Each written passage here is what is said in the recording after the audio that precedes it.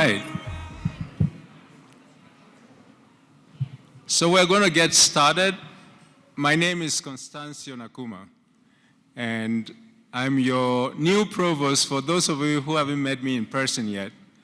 Part of my excitement is that I'm going to be able to meet as many of you as possible.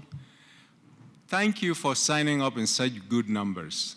We are really excited that you see the potential for us to work together to define the research areas that will push us forward in terms of the national and international visibility which we've written into our strategic plan for research.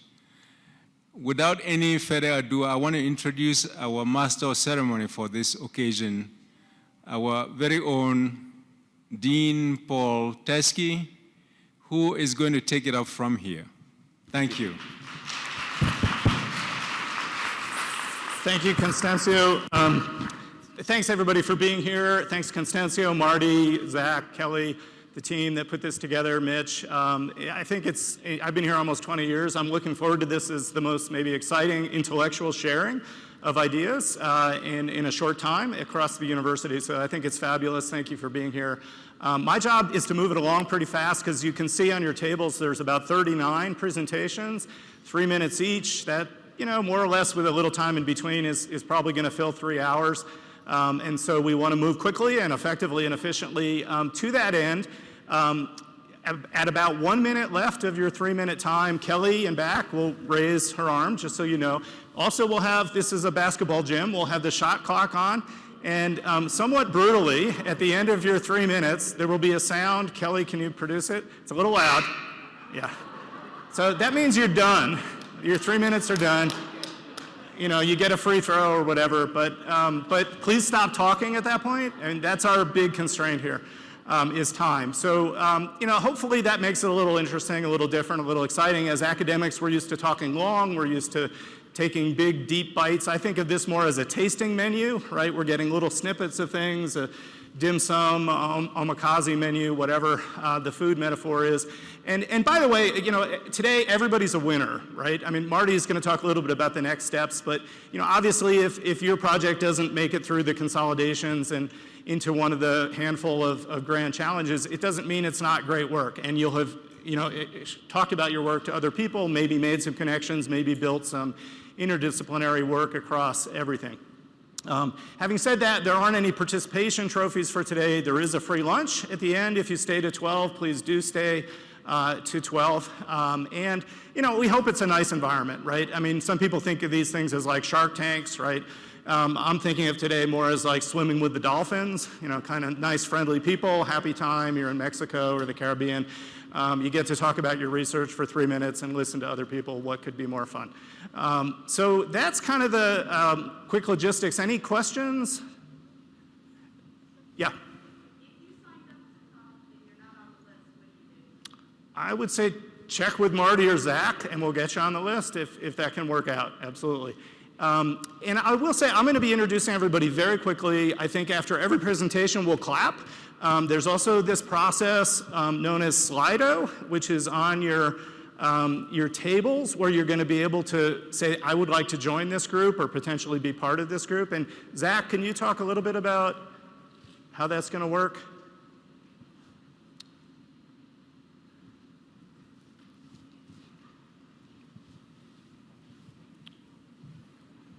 Hi, so we're using a tool today called Slido, and that's going to help us determine who is interested in collaborating and forming teams. You'll see on the slide here, if you can go to slido.com on your phone, on a tablet, on a laptop, and enter the 6-digit code, then you're going to be logged into our event. And as soon as the first presentation is over, there will be a screen asking you if you would like to submit your email address in order to collaborate with that presenter. Just type in your email address, hit submit, and then that information will be collected. You'll have about 15 to 30 seconds after each presenter speaks to provide your email address, and then we'll move on to the next pitch. And that information is on your table in case you didn't pick it up just now. Thanks. Awesome. Thanks, Zach. So yeah, remember, this isn't like, I like the presentation, it was good, I'd give it a thumbs up. It means you want to potentially be part of it. So it's a deeper commitment potentially when you do that. But again, the idea to connect people, to build groups, to be building interdisciplinary teams to work on these projects. In a minute, Michelle Marks is going to be with us. Before that, Marty Dunn's going to talk about kind of the next steps in this process. I just want to also emphasize, again, this is going to move fast. So when I call, you're on the list, you can see more or less where you are. I'll note that somebody's in the on-deck circle, right, kind of World Series baseball metaphor, that you're next up, be ready to come up, because we want to minimize the transaction time in between each one so we can really move efficiently and effectively. But with that, the next steps in this process, Marty Dunn. Well, good morning. It's really wonderful to have you all here today and that you've joined kind of in this first step, kind of in our process as we kind of amplify and grow our research enterprise. And, I'm really excited to see you all here. I'm really excited to be here. I'm really excited that research and elevating our game kind of has emerged as one of the 5 key strategies kind of our plans over the next decade. And to me, that's a powerful, powerful statement in itself, and I'm excited to collectively work together to live up to that. I'm going to kind of split my remarks kind of in two, a little bit right here at a high level, and then at the close, I'll talk a little bit about next steps. But the process that we're working through and that we're just starting with is really kind of meant to do a couple of things. Kind of one, it's ultimately meant to identify kind of a couple of grand challenges that we think we can be internationally recognized in, that we can move the needle in terms of the impact that we can make as an institution, and that we can build visibility and build our presence in doing so. And that's going to require investment. And it's going to be a process over multiple years. We're kind of starting this year.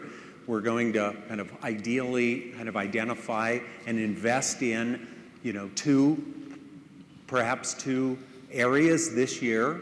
And then we're going to do it again next year. And we'll probably invest in some seedlings of some sort to help teams that potentially come together, kind of have what seem to be great ideas, might kind of benefit from a little kind of more work together and move forward. And next year we'll go through a similar process based on what we learn from this process. We'll make mistakes, we'll learn from it, and we'll improve that. But our intent is over a period of years to kind of continually invest in some new areas.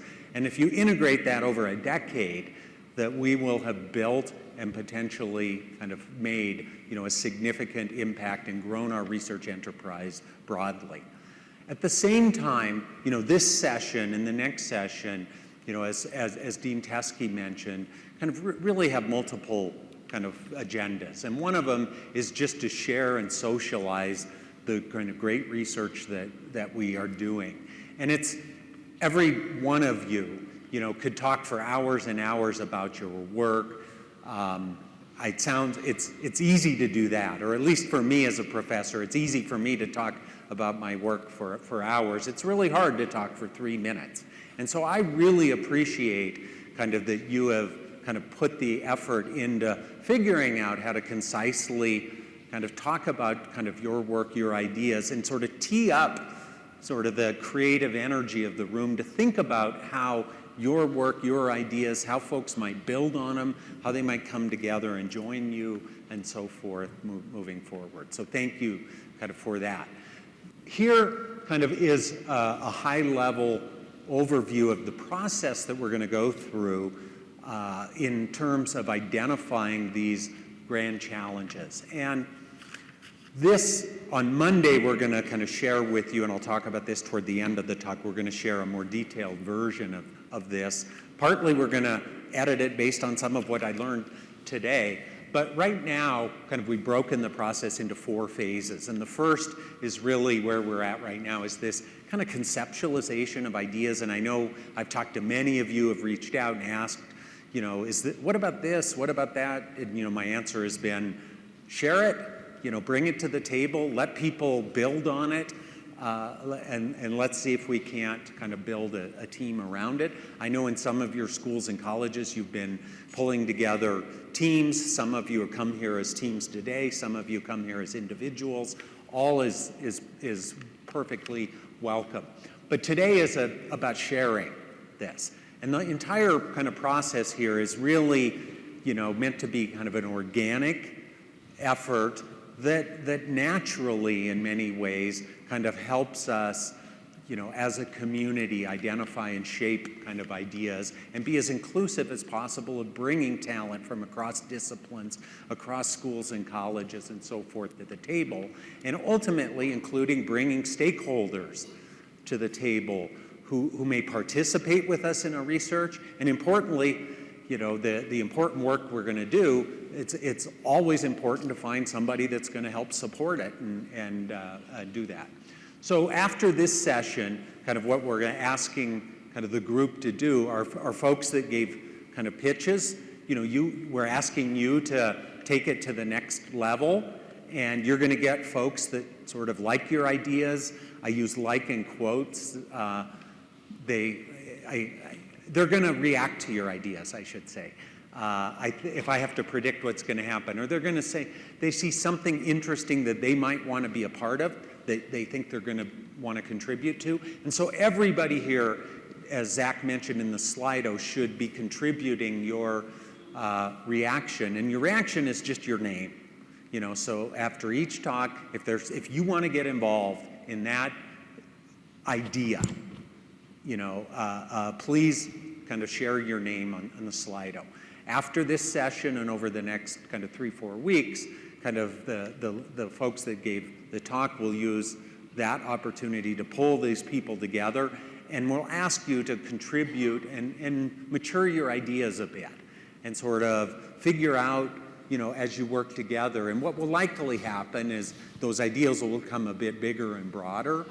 And ultimately, what we want to get to is a set of ideas, concepts, et cetera, and this is going to sound a little bit vague, and the reason it's going to sound a little bit vague is because it is, but that would sort of be meaningful at an institutional scale to make the kind of impact. And so, you could think perhaps these are ideas that would grow into, over time, something like an institute or something like that as we secure funding for them and so forth.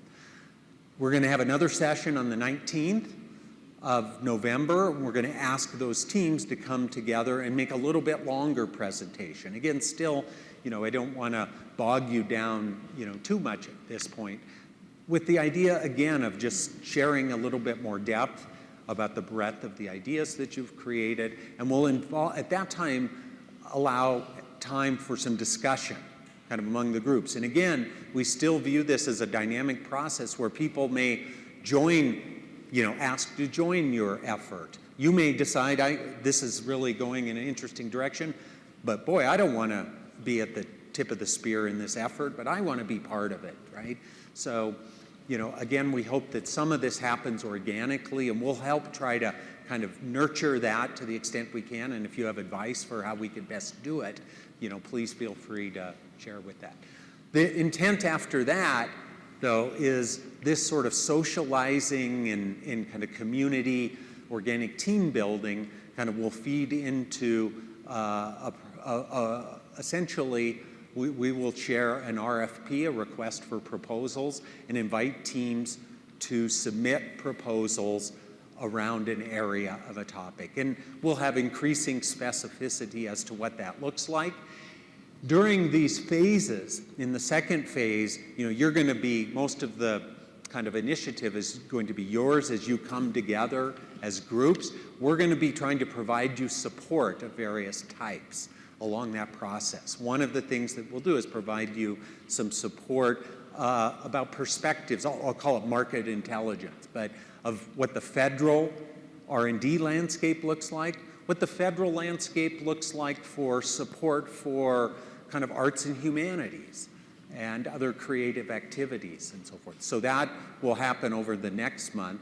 And then as we get into the third phase, the proposal preparation, what we're hoping to do is, and some of it depends on how many groups come together and want to kind of submit a proposal. But we're working to provide you kind of some support to help manage that proposal preparation process, as well as identify stakeholders, identify funding opportunities, and so forth with that. And we'll, if I had all of the, I'll be totally honest, right? If we had all of the details cooked and could share them all with you today, I'd put it on a website exactly today and we'd be off and running, but we're sort of working on this in an agile way. But that's kind of where we're kind of heading. That proposal process, in talking with a number of you, have kind of asked about, kind of what's the right amount of time and so forth. And our thinking is, this second session will kind of end shortly before the end of the semester. The end of the semester occupies a fair bit of time, and then we, hit the holidays and so forth. So we're shooting for, the kind of mid-early March to do that. And then we'll sort of select kind of proposals with some of the characteristics that I'd like to encourage, and some of the guidance that we'll provide you is to, view the vision team reports that the Strategic Planning Committee created to help, guide some of the attributes of the kind of characteristics of teams and research, so forth, that are going to be kind of powerful to help us move to the next level. And our intent is to, in the spring, to then jumpstart at least 2 teams with probably seed funding, and not just seed funding, but probably seed funding that, the provost has talked to you about, probably in the, 200 to 300K range, somewhere in there.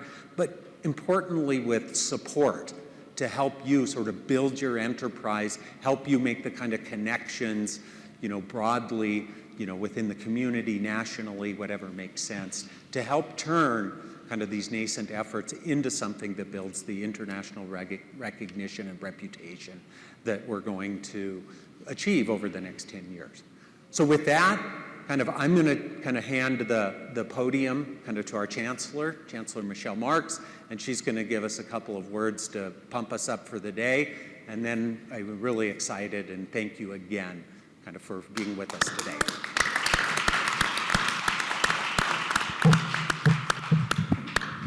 Good morning. Wow, this is incredible. I don't think I've seen so many faculty in one room since I arrived here last summer. It's an amazing turnout, and what an exciting, important event for this community today. As I was walking over here this morning, I was thinking about my own career as a faculty member and a researcher, and 20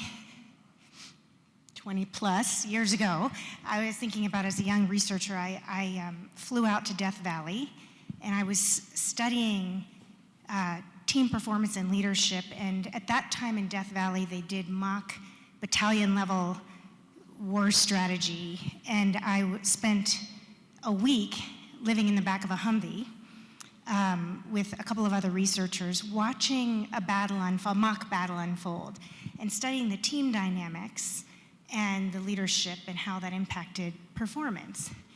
And one thing I learned is that the challenges happen not at the battalion level and not at the team level, but in the spaces in between. And I went on to write and publish in the area, and I coined a term called multi-team systems, which, and the research that I worked on with other colleagues in my field at the intersection of psychology and business.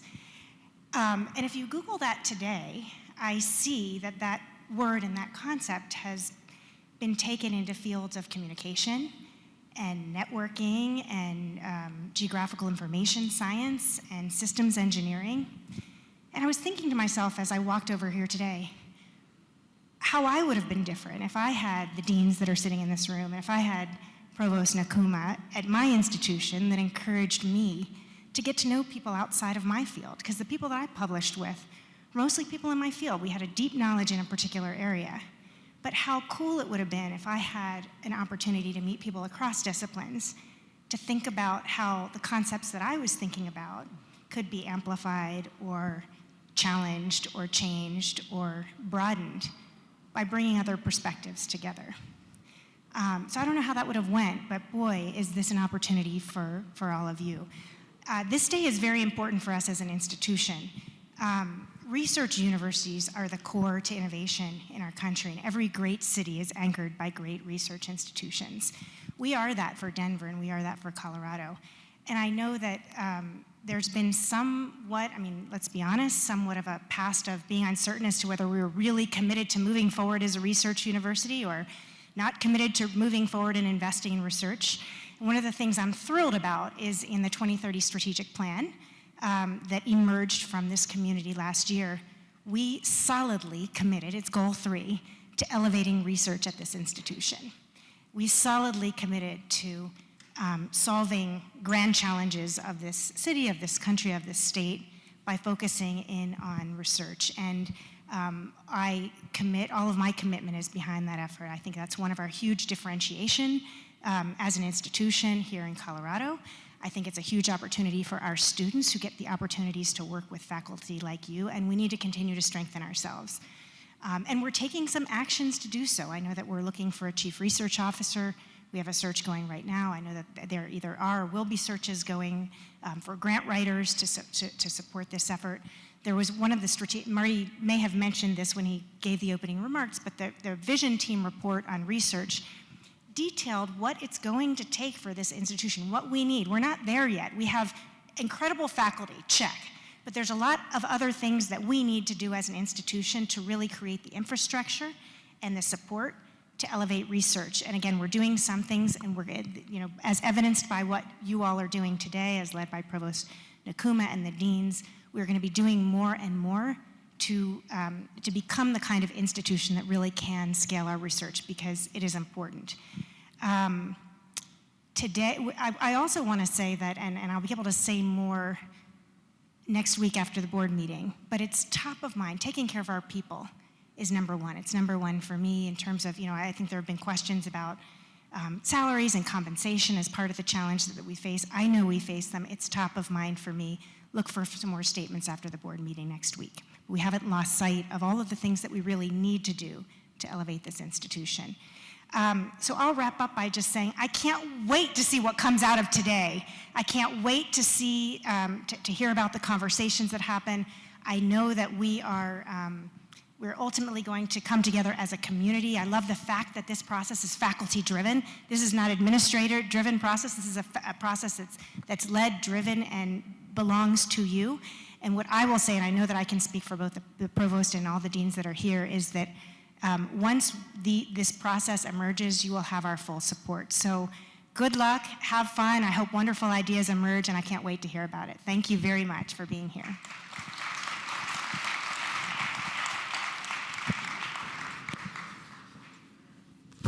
Thank you, Chancellor Marks. And we're going to get started, but just a couple of quick other comments.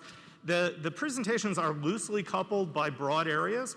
So the first few are sort of people and policy, and data and technology, cities, health, education, equity, kind of what we think of as the grand challenges. And so we're trying to mix, different, and it'll be obvious sort of who's talking about what, but that's one thing. And then, Zach, a very quick logistical question. The clicker's up here, and people advance their own PowerPoints, just going to the right, the clicker on the right as usual. Okay, good. Well, our first presentation, I said I would, the On Deck Circle, the second presentation is Chris Weibel's group on democracy, but our first presentation, and thank you, Theo, for going first, is Theo Edmonds from CAMP. So go to it.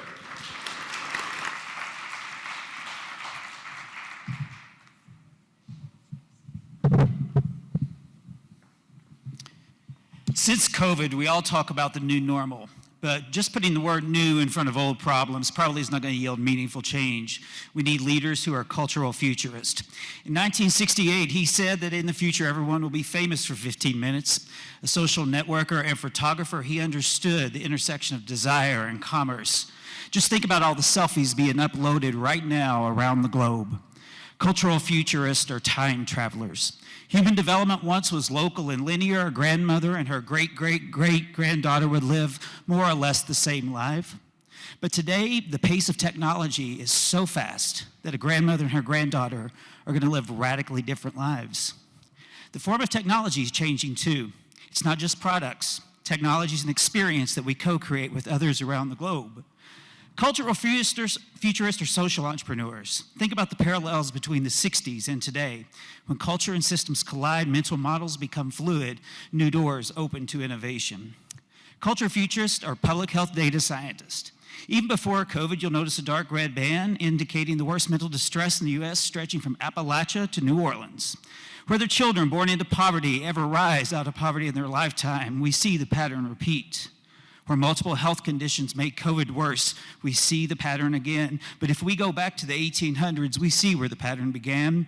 This map marks the number of enslaved people before the Civil War.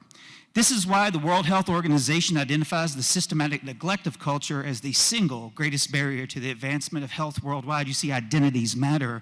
One size does not fit all. The same is true in business. Innovation cannot happen without culture change, and culture change can't happen without innovation.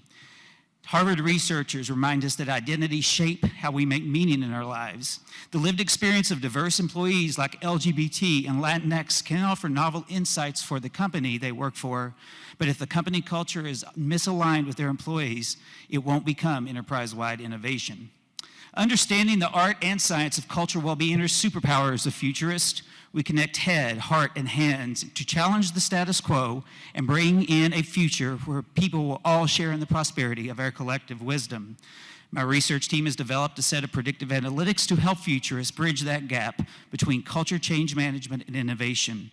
Empirical data linked to critical performance indicators that every organization will need in the future of work. I invite the culture futurist in this room to join with me in an audacious journey of hope, trust, and belonging as we reimagine in leadership. Let's build the most culturally responsive database ever to explore well-being and creativity. Let's work with companies to unlock latent talent through inclusive leadership. Let's invite the world to Denver to create a future that works better for all. And together, let's advance the most human promise held within our 2030 strategic plan.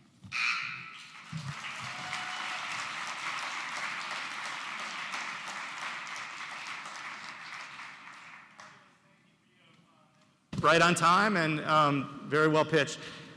In the on deck circle is Joseph Bonaparte, and up now is a team led by Chris Weibel from SPA, Political Science and Communication. Go to it.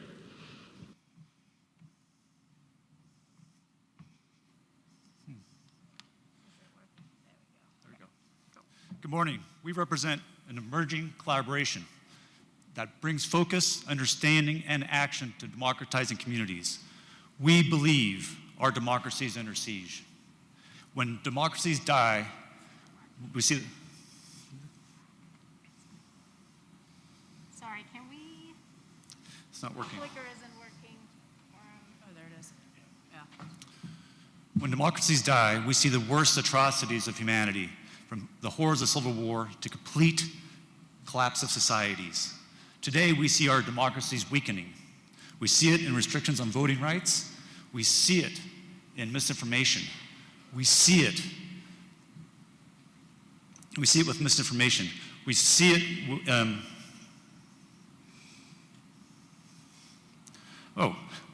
the incapacities to handle the pandemic, racism, and inequities. Our grand challenge is democratizing communities.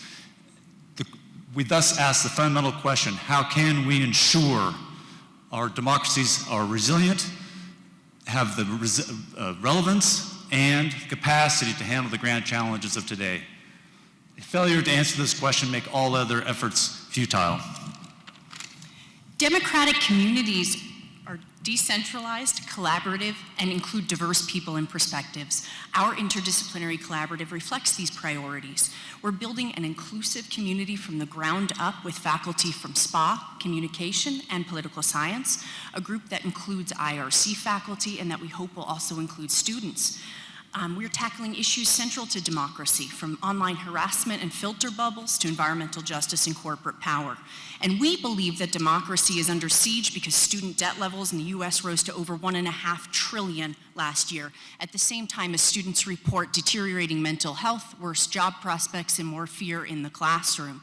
We propose an array of activities to address these issues in higher education and beyond. In my predominantly Latinx working class neighborhood, COVID has ravaged many multi-generational households. My neighbor Ismail's kids had to do remote school on a smartphone because the family can't afford broadband internet. When the air was filled with wildfire smoke for weeks on end this summer, the youngest developed asthma because they didn't have access to an AC or an air purifier. The risks of the pandemic, climate change, and authoritarianism disproportionately impact underserved and historically marginalized communities, whether abroad, here in the US, or right at our doorsteps in Denver. By addressing some of the most pressing issues of our time, our collaborative puts equity front and center by advancing opportunities and solutions for action and change to democratize communities. We do this through a collaborative, diverse research team that explores how democracies operate and function along a broad institutional and geographical spectrum. In so doing, we will put CU Denver on the map for internationally renowned research and becoming the nation's first equity-serving institution that centers its people. Do you want to be part of tackling some of these grand challenges and making democracy work for the 21st century? Come join us. Thank you. Okay. Zach, we may need some work with the clicker, but thank you. Joseph Bonaparte is next, and in the on-deck circle are Danielle Varda and Robin Mobbs. Welcome, Joseph.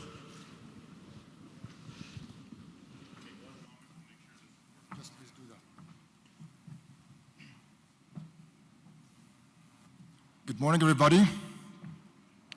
I think this is a great idea. Thank you, Provost, for inviting us doing that. The idea started with the Paul Tusky. We did a project together about the future and energy in Colorado, and I think to expand on that. So my name is Joseph Bonaparte. The research idea is a 360 review about Colorado.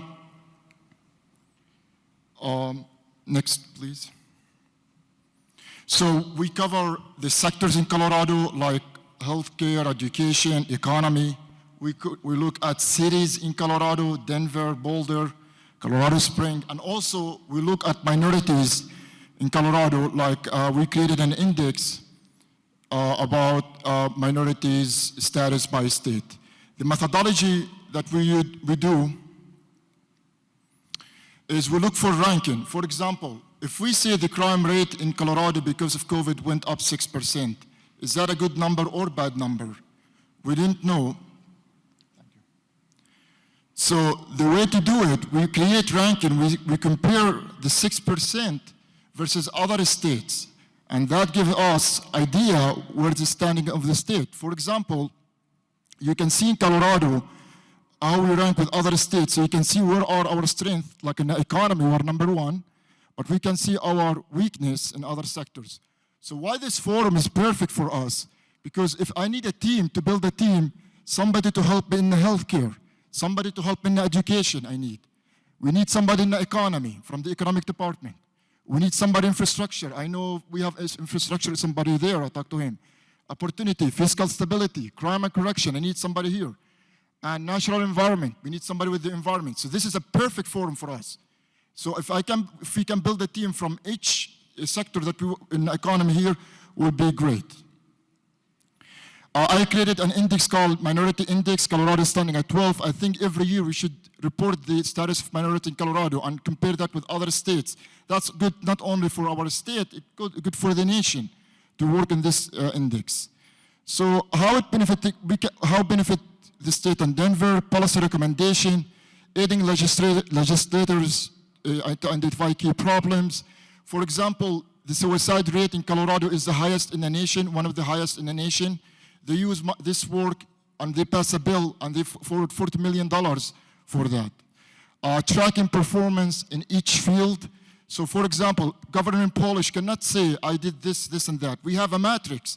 Every year we can tell him how much you improved, and every term we can tell you, you start here, and now you're here. Colorado was number 12 after your leadership, now number 8, top 8, or top 13.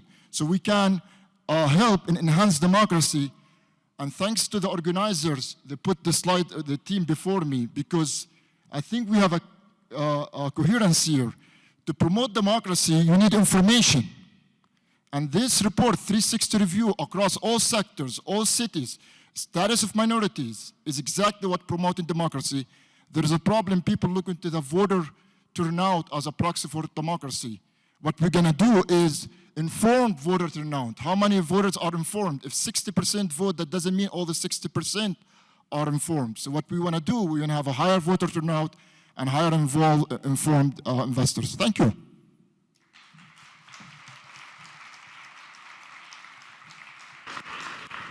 Thank you, Yosef. Excellent. In the on-deck circle is Catalin Gregoris, and coming up now are Danielle Varda and Robin Mobbs from the School of Public Affairs. I was also told we need a few seconds to fill out the Slido. Hopefully you're all signed on to send your emails there, so I'm moving fast, but maybe too fast. So they right-click, hopefully. Okay, we're good to go, Zach? Okay, thank you. Hi, I'm Danielle Varda, presenting on behalf of Robin Mobbs from the School of Public Affairs and our research partners David Alward and Ayelet Talmi from the School of Medicine. Today, legislators are designing policy to solve challenging and multifaceted problems. However, these efforts often fall short because of the complexity of the stakeholder networks required to be involved in implementation, creating redundancies and inefficiencies. But imagine if we could simplify the complexity by mapping the relationships among key players and tracking what resources and programs are already contributing to the solutions proposed. Our solution is to apply a network science lens to the problem. Network science is the science of how things are connected, it's cross-disciplinary, and provides methods and theories that help us make sense of complexity. At the Center on Network Science, we have over a decade of experience applying the science to solve practical problems, and we specialize in translating data to practice. Our plan is to apply the solution to a current use case. The legislature recently passed Senate Bill 21-137, allocating funding to the Office of Behavioral Health to develop a care coordination infrastructure in Colorado. OBH has expressed the need to map the current landscape of organizations, programs, and people already working on care coordination issues in the state, calling the lack of our ability to coordinate at this level debilitating. It's an overwhelming task, and they don't have the tools to guide them. We propose that if we make these types of networks visible, policymakers can use the information in design and implementation. We'll use network analysis to collect and track data on who's involved and report on the ways in which they're already connecting. We'll create a tool for the public to access, making the university a go-to resource to access data and information to provide information. Especially compelling is the community support for this project. Our university partners include the School of Medicine and the City Center. Our community partners include the Colorado Community Managed Care Network, the Office of eHealth Innovation, Prime Health, and Visible Network Labs. And we also have the support and interest from the co-author of the bill, Senator Brittany Pedersen, who has expressed interest in having us work on this for some time. But this is just the beginning. The use case we propose here is just one of the many areas of legislation that would benefit from this type of method and application of network science. We see a need for this work in infrastructure, education, justice, environment, and more. We'd like to collaborate with faculty from across the campus in various applications and mapping to support policy design and implementation. We see this as a growing program and an opportunity for the university to be a true community partner, a solutions leader, and a recognized leader in solving complex problems for the state of Colorado. Let's work together on this issue. We look forward to collaborating on the project.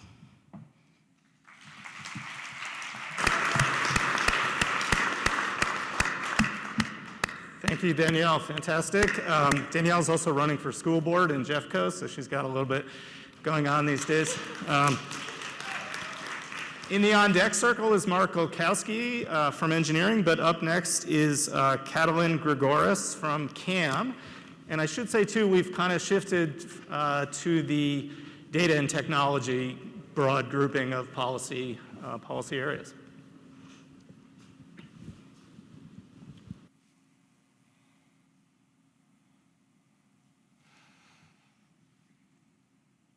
Whenever we start speaking about research and new projects, it is our, sorry? Sure, absolutely, sorry. Whenever we speak about research and we plan to go for a new project, we try to have a large, the entire landscape overview and notice that research depends by teaching, the service, and in fact, all of them are interconnected. And when we speak about elevating research, by default, we have to think that we elevate the teaching because we deploy to our students the best of the best in our science. Then when we go out for service to the community, we go with the best science. And so whenever we speak about a project, we like to have a clear overview about the impact of the research on teaching, on what's next for our students, because if we create good prepared students and we deploy our best research during teaching into our students, they have much better chances to get great jobs. And about research now, we also think that one project is part of a big chain, like the project DARPA. You know what DARPA means. Right now we are involved in Semaphore, which is following a second project after the media forensics, the previous one. What does research mean? Good research means also to publish, and to publish, of course, peer-reviewed papers with international organizations and journals, to know precisely what's happening on the market, what the other researchers are doing, what's the most important direction to follow, and to improve from our point of view. The media forensics science means to come with new and better technologies, understand what's on the market, the real challenges. For instance, when we speak about image and video editing and deep fakes, we live digital times, fake news, deep fakes, and we have to develop the techniques that follow the best methods to counterfeit images. So be, if it is possible, one step ahead of what's coming. So feel free to contact us if you think that media forensics is a field of interest, and we are more than happy to speak about the challenges that we face. Thank you so much.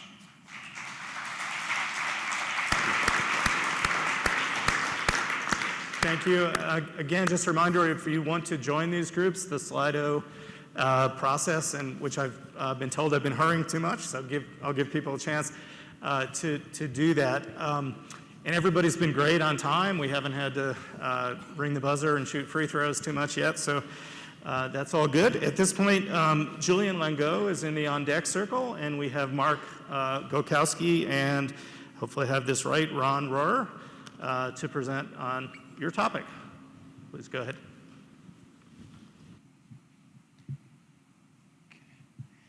Hi, so I'm Mark. I'm an electrical engineer, and when I'm alone in my office, I work on electromagnetics and near-Earth space physics. My colleague Ron, mechanical engineering, Tribali mechanical design, has done great work for the Navy. In the recent years, though, we've had a lot of fun and success working together on what I would call interdisciplinary system design. We've actually had a number of successful projects, mainly funded by the Department of Defense, just because the Department of Defense, I think, is also focused on bringing different systems together. Some visuals of that here. We got a patent on a novel electromechanical antenna. We actually collaborated with CU Boulder on autonomous robots to go into mines and underground. And also novel imaging that was actually, we both helped a junior colleague, Vijay Harid, on an exciting project there. So I'll turn it over now to Ron and talk about where we see this going in the future and collaborating with some of you here. All right. I'm sure some of the other engineering faculty are going to talk about things like this. The DARPA project, was looking to find things in tunnels, mines, and things like that. And what we're interested in doing is doing sensing systems for both plants, animals, people. You know, one big thing in our past project was chemicals, you know, gas leaks, things like that, toxic chemicals. You know, you can say nuclear weapons, things like that also. And what we're thinking is land, sea, and air deployment. You know, this is maybe more of an engineering thing of, you know, a lot of you, like I know some of the people in architecture is doing drones and looking at stuff, but you know, we're talking about flying drones, both, you know, copters, fixed wings, kind of plane kind of things, walking robots, robots that swim or float on the water, you know, these kind of things. And so we're talking about all that kind of stuff. And other things is like static deployment of sensors. I do know some of the people following us will talk about that. And some of this stuff, like the big push from people like DARPA is having things that are autonomous, but also semi-autonomous or remote control. And that's it. And I do want to say we're trying to step out of our box. As engineers, we did coordinate our shirt color.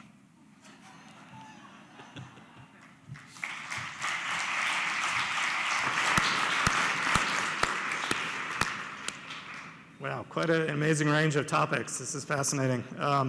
In the on-deck circle is Ruben Anguiano from School of Ed. And I apologize, by the way, if I butcher some of your names. I'll do my best, but please correct me when you come up. But up next is Julian Langau from CLAS. And I just want to make sure with Zach that we're giving people enough time to put their emails. Thumbs up? Okay, very good. Julian, thank you. Thank you. Okay, doc. So there is 3 reasons I'm here. The first one is that I'm super excited to hear about everybody, and it's probably the first time I got to enjoy everybody speaking, and I'm so proud to be at this university, so that's awesome. But I don't need to be here to say that. So the other reason I'm here is that I'd like to sell myself for a group. I'm doing great research, and so if somebody needs my skills, please contact me. And then I also would like to form my own group, maybe to go for a research award, and I'll present my vision. So my expertise is linear algebra, and I'll just show you what it is. It looks like that. It's a nice picture, and if it makes no sense, that's okay. It's very hard for me to explain what I'm doing because I'm basically in the middle. At the bottom, you have computers, and at the top, you have applications, and it's a pretty deep layer. And I live somewhere in the middle with my linear algebra trying to compute things for people. So this is useful. This is very, very useful, those problems to be solved. And you need in the blue, what you put is you put many, many numbers. And my goal is to compute the orange. Okay, so the algorithm will compute the orange, which is also many, many numbers. Does that make sense? So there is lots of data here. The goal is always to have faster algorithm and better algorithm. And what better means, it might mean many, many, many things. Okay, so you have the list. More stable, we exploit the structure in the data. We try to reduce the communication. It's good for the energies that your algorithm is going to use to give the solution. We try to tolerate fault. It's fun. We've been reached out by people to do computation in space. You would not think about that, but basically the idea is that they're going to send the satellite, and instead of the satellite sending the data, actually they would like to process the data, so they just send the processed data, which is much, much, much smaller, right? The problem is that when you're in space, you have lots of radiation, so you make lots of errors, and then this is a new field.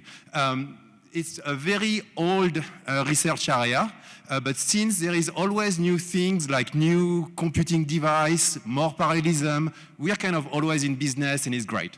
So the way we give our software to people is with libraries. And the software I'm working on is right in the middle, it's LPAC. People use us with MATLAB, NumPy, R. Those are usable way of using LPAC. And at the bottom, we work with Intel, NVIDIA, IBM, and those people help the software running. I really would love us, my idea, my vision, is that I think we should build a center sponsored by industry. NSF has a program for this. It's called IUCRC. And so it's industry-university collaboration. There is a nice model, for example, in Pittsburgh for space. And so, for example, NASA gives them $40,000 every year, and that sponsors a student. But you have 50 industry collaborating. So I'd like a center on software. That's my idea.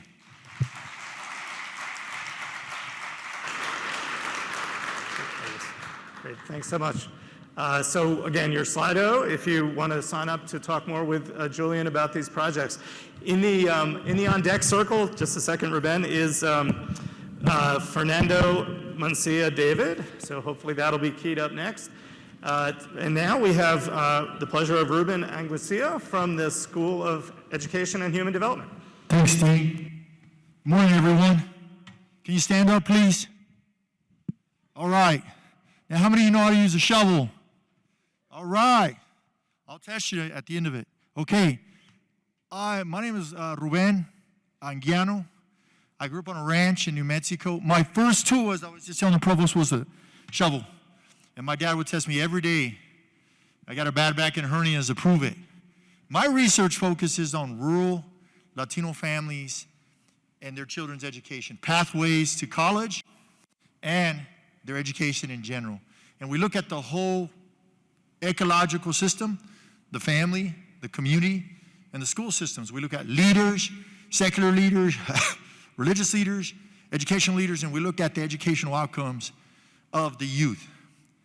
And we also do applied research, and we do programming and focus groups. I'm an ethnographer, but I believe in also in mixed methods. So I've been doing this research for 30 years now in 10 states. I was just in northern Iowa this weekend in Minnesota helping somebody shovel. This is my kids' shovel, by the way. And helping somebody shovel and feed their goats this weekend. My goal is hopefully to do a multi-state. I went back to Iowa last year for my sabbatical, did the research there with Northwest Iowa Latino fathers and their role in the family and the education of their children, and the rural leaders and the education of their children. So maybe we can do multi-state research here in Colorado in the mountains, maybe some of the extended suburbs, which I don't know what that means now because Denver keeps growing, right? And I hope that we can join up, and I'm gonna quiz you at the end about this show. Thank you.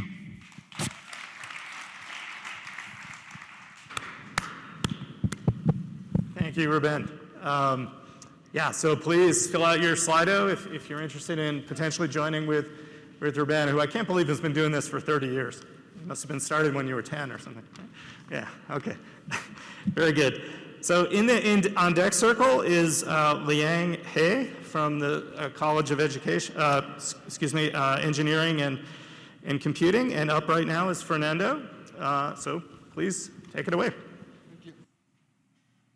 So good morning, everyone. My name is Fernando, and I am a professor in the Department of Electrical Engineering, and my area of expertise is energy and power systems. Today I'm going to talk about the concept of energy sheds and how it could be realized using networked microgrids.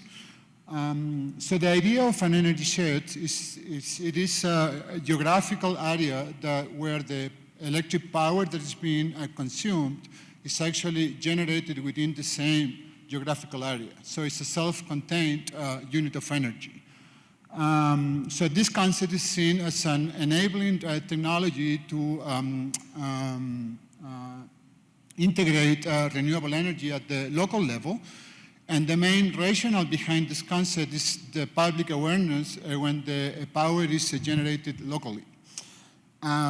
So this is very much opposed to traditional centralized power systems, and the concept is very much analogous to watersheds. And when we talk about geographical areas, what is really meant is metropolitan areas, such as our city here in Denver. And this concept is currently under the radar of the Congress as well as the Department of Energy. So this is a cartoon of what an energy shed is, which looks very much like a traditional power system with the caveat that the power is being generated locally. And on the right-hand side, I hope you can see there, there are the main components of an energy shed.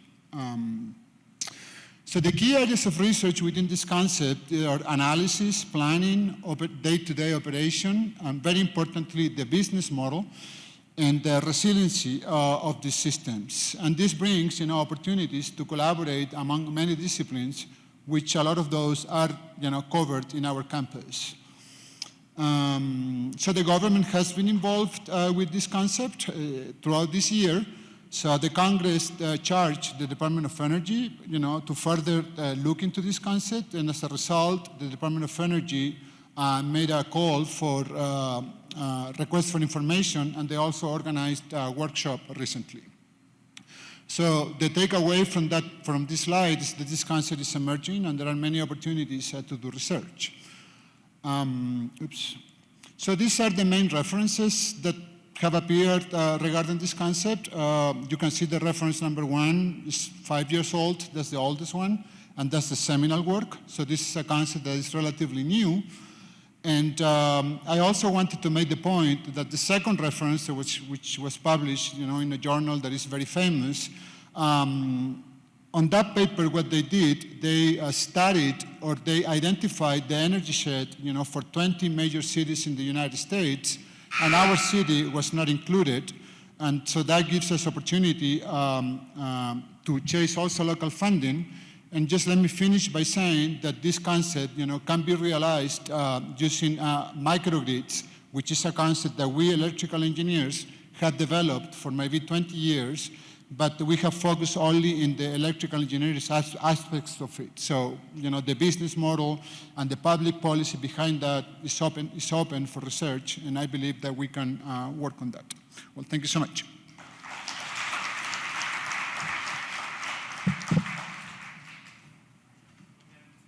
Your Slido, and we'll give you some time to do that. In the on-deck circle now will be Farnoosh. And up next is Liang He from the College of Engineering and Design. Yeah, I'm here. Oh, I should turn around. Yeah. Zach, are we ready? Okay with the Slido and signing up? Yeah. Okay, great. Go ahead.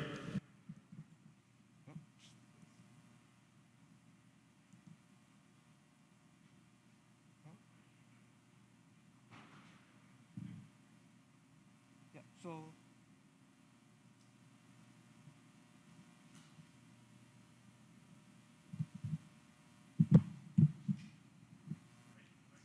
right one, but it moves to the next tool.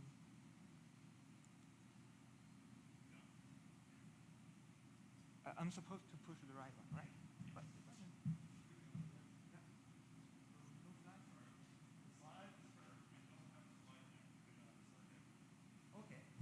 Okay, yeah, so anyway, I will be quick. Okay, so I'm Liang He from Computer Science and Engineering. My focus is on engineering systems, more likely on the software side or maybe the cyber side of the complex systems. Examples covering cars, airplanes, manufacturing systems, those kind of things. And the purpose of here, the focus is we want to work on a topic called future manufacturing with a focus on secure manufacturing. And what exactly we are trying to do is develop a new management system for all kinds of manufacturing industry systems to make it secure, robust to attack.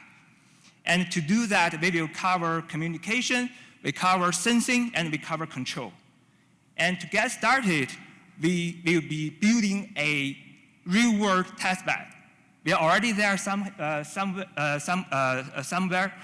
and then this test bed will be used as both research purpose and also educational purpose.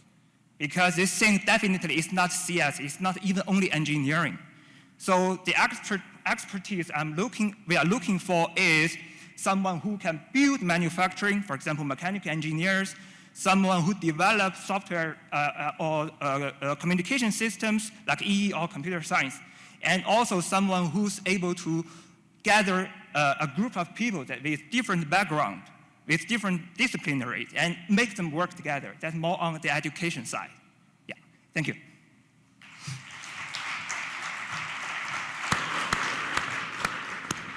So I'm sorry the slides weren't keyed up. The technology is challenging here, but I think so far we're doing a great job. And again, the Slido. In the on-deck circle now is Jim Sandstrom from College of Engineering. And up with us is my friend Farnoosh. Are we set to go? Yep, go ahead. Good morning, everyone. My name is Farnoosh Panay-Kashani. I'm an associate professor of computer science. Today, I'm here to advocate for us to pursue this research in the area of infrastructure informatics, broadly defined as development of AI data science for preventative, predictive, prescriptive design, maintenance, and management of civil infrastructures. In short, infrastructure informatics is to civil infrastructures as bioinformatics is to life sciences. The grand challenge we are addressing with this is the poor condition of US civil infrastructures, which is apparent from infrastructure bills out there. The opportunity we are seizing is the availability of big infrastructure data collected from all of our infrastructures, as well as the promise of AI and data science and leveraging that data to address this grand challenge. Here's an example project ongoing, funded by Colorado Department of Transportation, as well as the UTC Center at DOT, where we developed deep learning and AI models for bridge deterioration forecasting that are 46% more accurate, 2 times more effective in detecting anomalies, accidents in bridges, while equally being explainable and scalable. So why now and why at CU Denver? One, infrastructure bills are pumping millions of dollars in this area now. There are existing fundings, $750,000 for PhD training in this area for the next 5 years, that the internal research funding will complement that. 3, intersections. This area is at the intersection of infrastructure and data science. Both of them are called high reward research areas. 4, we already have partnership built with government sectors as well as industry sectors. And last but not the least, we have strength in this area in CU Denver as apparent from a team of 15 faculty from across colleges and schools at CU. Funding in this area is abundant, and we have funding from federal, state, and local departments helping us down the road. This is a timeline we have to establish pilot research projects in spring 2022. In a year, hopefully with pilot data, we'll be ready to seek external funding, and a couple of years after that, going after larger research centers in this area. Our ask, funding support to complement existing student training funding to support faculty time and other resources required to pursue pilot research projects, as well as grant writing support and administrative support. Thank you, and please join us.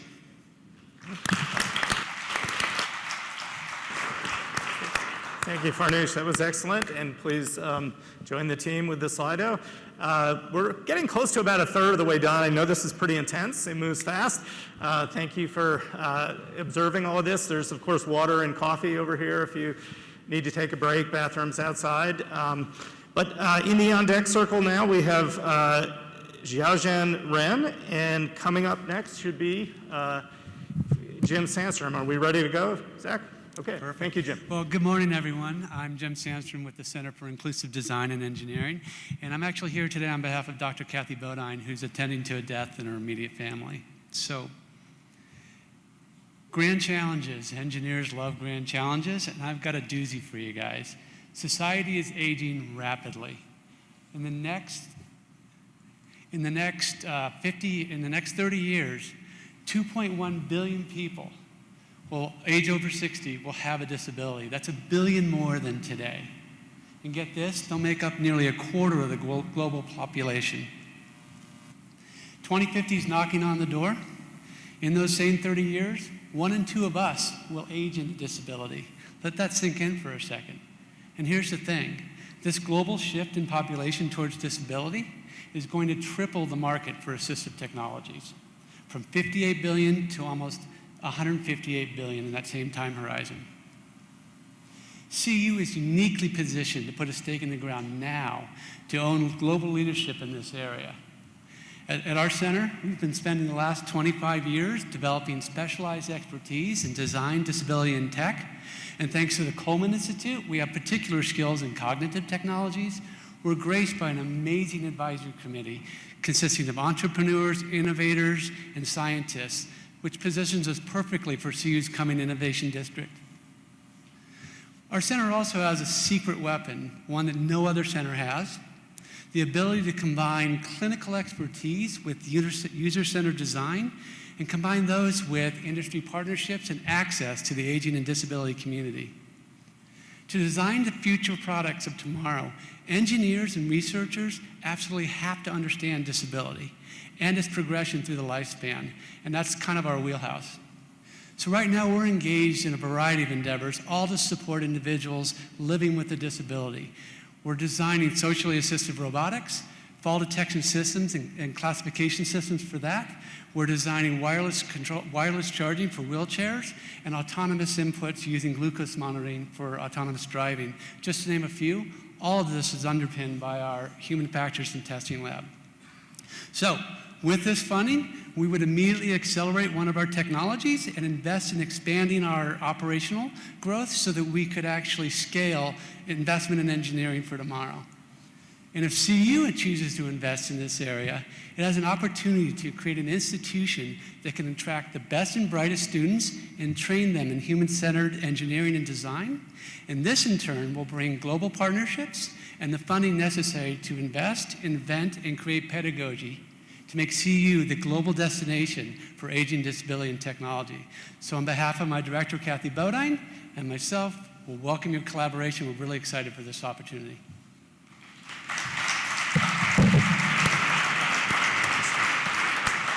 Thank you so much, Jim, and thanks for stepping in at the last minute especially. So in the on-deck circle now is Jaban Kuntia from the School of Business, and we'll be kind of shifting from data and technology to health and cities and some of those broad grand challenges. But up now is Xiaozhan Ren from College of Engineering. Zach, are we good on the Slido? Okay, great.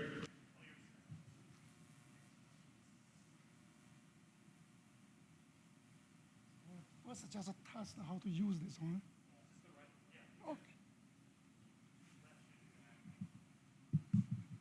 Okay, so first I thank the university to give us chance to share our work and to find the collaborators. So my name is Xiaojun Ren. My name is hard to pronounce. I speak again in order for my collaborator. Xiaojun Ren. So I'm from chemistry department. Today, I will propose a pitch, epigenetics. So epigenetics is the key for better medicine. So as we know, 20 years ago, so we finished the human genome map. However, after 20 years, we still have a lot of questions we cannot answer. For example, in our body, we have the same genetic materials. However, different parts perform different functions. Why? Another thing is about 88% of newborn babies with a genetic disease. However, many of them never develop symptoms. And the third is different persons have different drug response. What's the reason? So to answer this question, so we need to study epigenetics. So my lab have established a well-established epigenetics research lab. So during the last 10 years, so we are the first lab, we are one of the first few labs to report phase separation play a key role in the gene regulation, so which is has been selected as the best year of the paper in GBC. By the way, the GBC is the flagship journal for American biochemistry and molecular biology. So a few weeks ago, actually last week, we just got notice.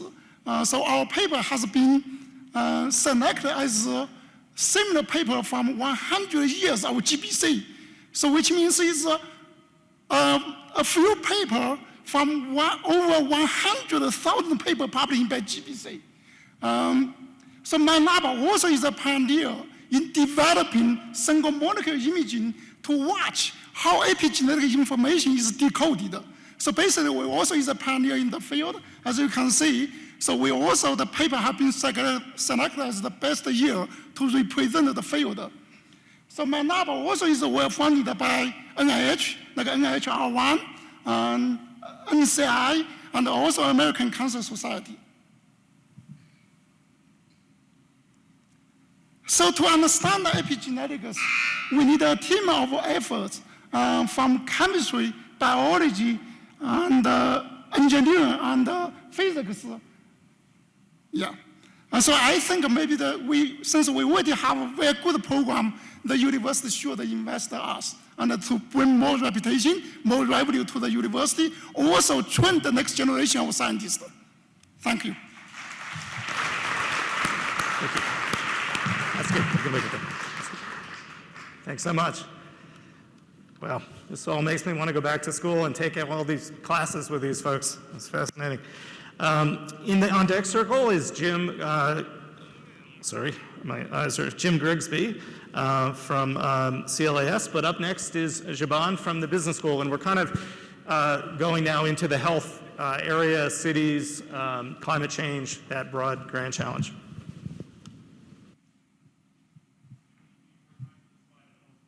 Yeah. Good morning, everybody. Jiban Kuntia, Associate Professor in Information Systems and Health Administration. I'm representing today 15 affiliated faculty, 5 research fellows, and 10 different students who are working to form this Health Administration Research Consortium. There's the website, please visit it. What we do, we monitor health systems. Our focus is in 4 areas: what their business and strategies are, what is the equity and diversity of their manpower, how digital and intelligent health is helping these health systems, and how leadership is working. We do research around that, disseminate that research, and prepare future thought leaders so that our students can be enthused. Why? I don't have to emphasize about health today in the context of COVID-19 and so on and so forth. Our faculty met a number of times since 2020 and decided that if we focus on health systems, then many of these problems that we are facing can be insightfully informed through our research. So that's where our focus is, so that we bridge a gap from the national policy to the public health by monitoring the health systems. These are the faculty over here. We have formed partnerships with a number of organizations. We have already published a number of briefs, perspectives, top journal publications. In the last 1 year, quite dynamic and vibrant activities we have been doing. We just came out in March last year about the first inaugural climate study in those 4 areas. The report, a solid, beautiful report is available on the website. Please download it and go through it. And we have identified the challenges these health systems are facing, and we are planning for the next report, the survey for which will start in January, and the report will come out in April. That will be our next focus plan. And this report covers 135 health systems, which have around $0.3 trillion of revenue and 1.1 million employees across the US. What we are planning to do, we certainly believe that we are positioned well to fulfill one part of the strategy goal, that's the health part, and of course in that, the dynamic diverse approach that we are bringing in using intelligent health, telehealth, and so on and so forth. At the same time, I must mention that the United Nations Sustainable Development Goal emphasizes on health and well-being quite significantly. So we are going to go global in the next year if we get enough support so that we can track and monitor health systems across the globe, across all the countries, and compare and contrast those things. We already have some plans and some activities around that. We have a presence in Kenya. I just talked to 50 health systems in India yesterday, and we are going to have a presence there. We're looking forward to you to join us as well as support us. Thank you. Good job. Great. 3 minutes moves fast, but everybody's really doing a great job getting all their information in. Really appreciate it. In the on-deck circle will be Diana Tombak from CLAS, and up now is Jim Grigsby, but let me first check to make sure we're okay on the Slido for the health. Looks good? Okay, thank you. Jim. Good morning. The research program I'm proposing would be a part of the Health and Disease Grand Challenge. Dr. Vivian Hsu and I are urging that CU Denver support a program in psychedelic science in medicine. The study of psychedelic drugs has been undergoing a renaissance, and there's strong preliminary evidence that certain drugs, especially psilocybin, which is derived from magic mushrooms, and MDMA, are very effective with such difficult-to-treat conditions as addictions, PTSD, and depression. So the FDA has encouraged trials of psilocybin for depression, granting the substance breakthrough drug status.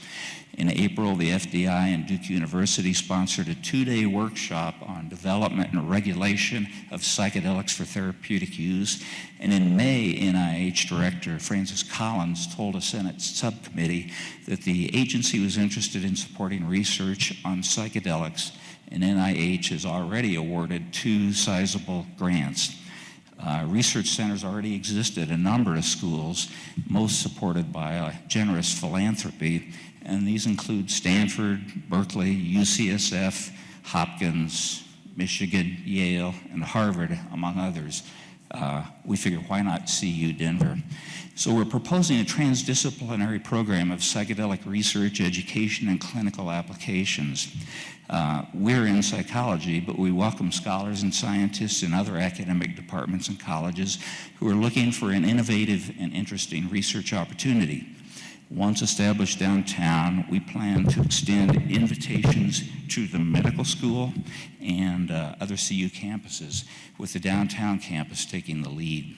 Should this focus flourish and psychedelics prove effective, CU Denver will have a statewide, regional, national, and international strategic advantage in the field of mental health, and the chance to shape coverage and payment policies that will ensure equitable access to potentially significant innovations in care.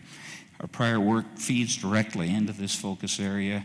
We're both cognitive neuroscientists, and Vivian is very interested in the education of current and future psychedelic mental health practitioners. I studied healthcare policy and research for over 17 years at the School of Medicine, with a focus on approaches to coverage and payment for telemedicine services under Medicare and Medicaid. And more recently, I've studied the therapeutic effects and mechanism of MDMA, and I'm an investigator on an application to NCI to treat late-stage cancer patients with psilocybin. CU Denver can take a leadership role in this field, and we believe the university should seize the opportunity while the time is right. So we thank you for considering our proposal.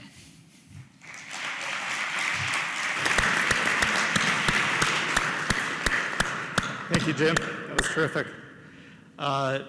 In the on-deck circle will be Austin Troy from College of Architecture and Planning.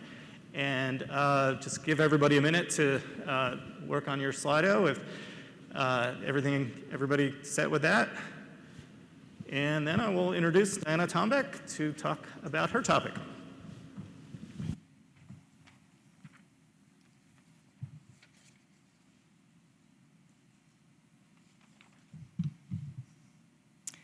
Good morning. I'm Diana Tombeck from the Department of Integrative Biology, College of Liberal Arts and Sciences. I speak on behalf of a faculty group. We propose the Center for Colorado Global Change Studies. We see the center as an organizing concept, interconnecting research clusters with faculty across departments, schools, and colleges. These research clusters can devise timely and innovative research plans and proposals. Why Colorado and global change? Colorado is experiencing a multitude of impacts from a changing world. These are threatening our health and well-being, our economy, and our wildlands and biodiversity. Why the University of Colorado, Denver? We are right in the heart of urban communities experiencing social stresses and economic challenges. All of these problems exist now and urgently require strategic solutions. The two major drivers of global change in Colorado are climate change and population growth. First, climate change. In 2020, Colorado experienced 3 wildfires, each in turn the largest in Colorado history. and wildfire danger will increase as temperatures rise. Western Colorado is experiencing mega drought. Water battles are beginning, and energy development will be redirected to renewables. Population growth is causing housing shortages, higher living costs, and clogs our roads. A growing population has many social, equity, economic, health, and environmental consequences, including air and water pollution and declining wildlife habitat. There are also many interacting areas of studies that are relevant to global change. As for my research, I am an ecologist and conservation biologist who works in forest ecosystems and climate change. I also study post-fire recovery.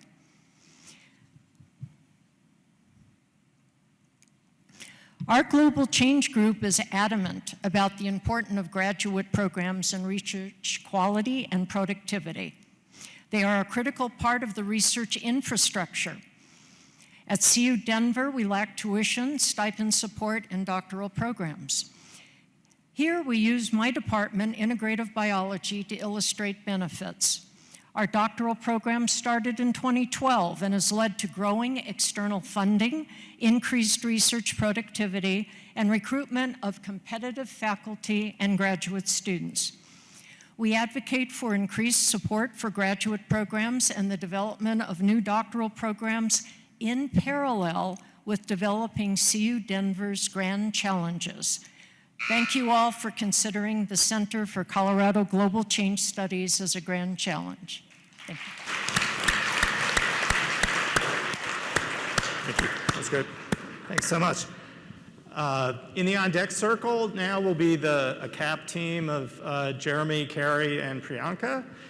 And as you're filling out the Slido for the recent presentation, Austin Troy from the College of Architecture and Planning is coming up. And again, we're in the health in cities kind of grand challenge mode as the climate change one was as well. So are we good on the Slido? Okay, great. Austin. Okay, do we have slides for me? Great. All right, thank you very much. I'm Austin Troy from the Department of Urban Regional Planning, and I actually have two things to talk to you about in my abundant 3 minutes. So before I talk about my own research, I'm going to briefly tell you all about the Presidential Initiative on Urban and Place-Based Research, which I direct. And I know a lot of you know about it. Some of you have funding from it, but I think it's important just to bring it up here because I think it's relevant to what we're talking about here in this research pitch session. So this was funded by the President's CU system in 2020. It seeds high-quality research and creative work on urban issues here for faculty at CUD. It's designed to catalyze the formation of teams and interdisciplinary research and application to larger grants. So it does have a lot of parallels to what we're talking about today. And also to help publicize that work. So it's funded, well, there's 9 projects in going on right now, 5 projects just funded, a total of 220,000 funded, and we'll probably be having another round. That's our website, so I urge you to go check it out and see the kind of work we do and how it might relate to this. We have this here because we think this is a great place to be doing urban research, one of the best in the country. We're right in downtown, we're right by City Hall and the State House. We have these incredible networks of collaborators we all work with in the community. We're in the business center of the Rocky Mountain West. And we have these amazing disciplines that span across many, many different and diverse interests. So that's the Presidential Initiative. Now to my research. So I'm an urban planner. My actual training, though, is in forestry and environmental management. And so my work over the last 20 years has been focused on the role of urban nature. And Jeremy and Priyanka and others will be talking about some stuff tied into this in just a second. So this work I've been doing, and I've been, I've worked, I've been getting, I've had funding from various agencies like NASA and NSF and USDA, EPA, et cetera, to work on this, is basically to look at the role of urban nature in promoting human health and well-being. A lot of spatial analysis goes into this field, data collection, but also an element of public engagement, working with stakeholders. And there's a lot of outcomes that we need to think about with urban nature, which is particularly in the face of climate change, heat mitigation, drought mitigation, things like that. But the biggest challenge of all, and I think this is something that Jeremy and Priyanka are going to touch on quite a bit, is the challenge of ensuring an equitable distribution of the benefits of nature and keeping the liabilities equitably distributed too. And so they'll be talking about things related to that in just a second. So I welcome all of you to talk to me and see how we can collaborate on this. 9 seconds to go, thanks.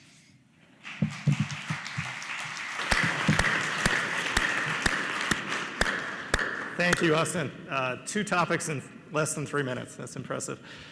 In the on-deck circle is Mark Swackheimer from architecture. And our next presenters are a team of Jeremy, Carrie, and Priyanka, but I guess Jeremy will be up. But just want to make sure we're good with the Slido. And is that working out for everybody, by the way? If the technology is working, it's all good. I'm sorry? Maybe you could put it up during the pitch. Putting up during the pitch, leaving more time? Okay. 10 more seconds, okay. By the way, after another presentation or two, we're about halfway through and we're pretty good on time, so we'll probably take, not really a break, but just time to get up and stretch, maybe get some water, use the restrooms, but we don't want to lose people. We've got the momentum going. Yeah, Marcia?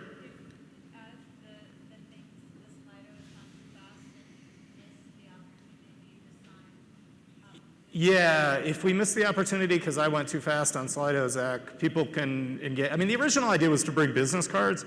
You know, we thought that might have a little bit too high transactions cost. So just reach out to people and we'll make sure the emails and the ways to find people are as easy as possible. Right. Okay, so I guess we're set, and Jeremy, take it.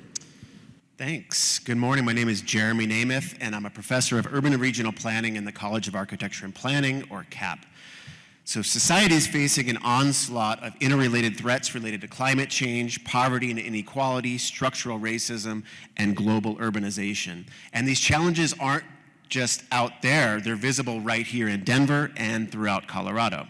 In the past 18 months alone, a global pandemic has swept through our most vulnerable neighborhoods with a devastating impact in low-income communities of color that were redlined by the federal government. Scores of Colorado residents have been hospitalized from increased industrial emissions, diesel particulate matter, and wildfire smoke, with no community hit harder than our own 80216 zip code, the most polluted neighborhood in the entire country, which sits just 1 mile from this building. A massive influx of new residents in our city have driven up housing prices, intensified gentrification and displacement, and increased our unhoused populations to previously unthinkable levels. And thousands have taken to the streets of Denver and elsewhere to fight police brutality and stake their rightful claim that Black lives do indeed matter. As an urban planner, I've spent 20 years studying the relationship between social equity and the built environment, or the physical places where we live, work, and play. What's clear in all of my work is that place matters. For decades, we've known that your zip code dictates your life expectancy more than your genetic code. So it's time we develop a commitment to and infrastructure around making CU Denver an international leader in addressing issues related to urban place, health, and equity in an era of global climate change. CU Denver is uniquely positioned to meet these challenges given our deep commitment to social equity, our diverse student population, our innovative academic and experiential programs, and our location in the heart of a region that's at the forefront of discovery in so many allied fields. In CAP, as in geography, sociology, and engineering, faculty like Dr. Makarowitz are partnering on NSF and NIH-funded projects to address inequities in affordable housing, disaster recovery, road safety, public transportation, and K-12 education. Dr. D'Souza and others are working around the world to democratize data and empower community-driven solutions to extreme heat and air pollution events. Our CU Denver partners are examining health vulnerabilities to wildfires in California, sea level rise in Hawaii, flash floods in Indonesia, and other climate-induced hazards around the globe and in our backyard. And in all of our work, we partner with local communities and organizations to develop homegrown solutions to these monumental challenges. I'm incredibly proud to have been a CU Denver professor for my entire academic career. Our world-class faculty and students and our significant natural advantages should help us become an international leader in solving the most pressing urban challenges to the health of our people and of our planet.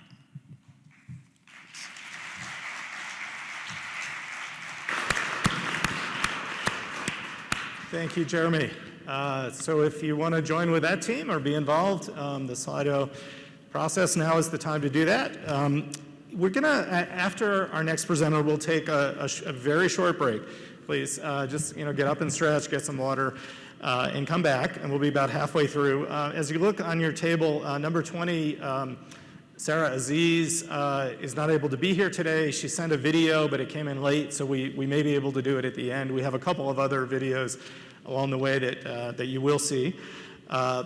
So is everybody good with the Slido for the last presentation? Okay. So next up is Mark Swackheimer from Architecture. Take it away, Mark. Hello, and thank you for this opportunity to present our research. My name is Mark Swackheimer, and I am a professor in and chair of the Department of Architecture. I'm here to talk about wildfire. During the 2020 fire season, Colorado recorded not one, but 3 wildfires larger than any previous fires in the state's history. The Cameron Peak Fire, Pine Gulch Fire, and East Troublesome Fire burned a total of 541,732 acres of forest, more than half the area of Rhode Island. In addition to destroying forests, wildfires generate massive amounts of smoke. Smoke becomes more toxic as it ages, affecting the health of people who live hundreds or even thousands of miles away. In 2021, as a result of fires, Denver, Salt Lake City, and New York City each recorded the worst air quality of any city in the world. High-intensity fires also disrupt the mechanisms forests use to regenerate naturally. Moreover, human efforts to replant trees in Colorado often fail because native tree seedlings cannot cope with warming climate and prolonged drought.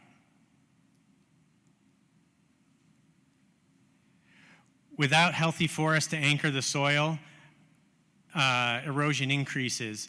Storms contaminate the water supply with toxic ash and debris and trigger dangerous mudslides.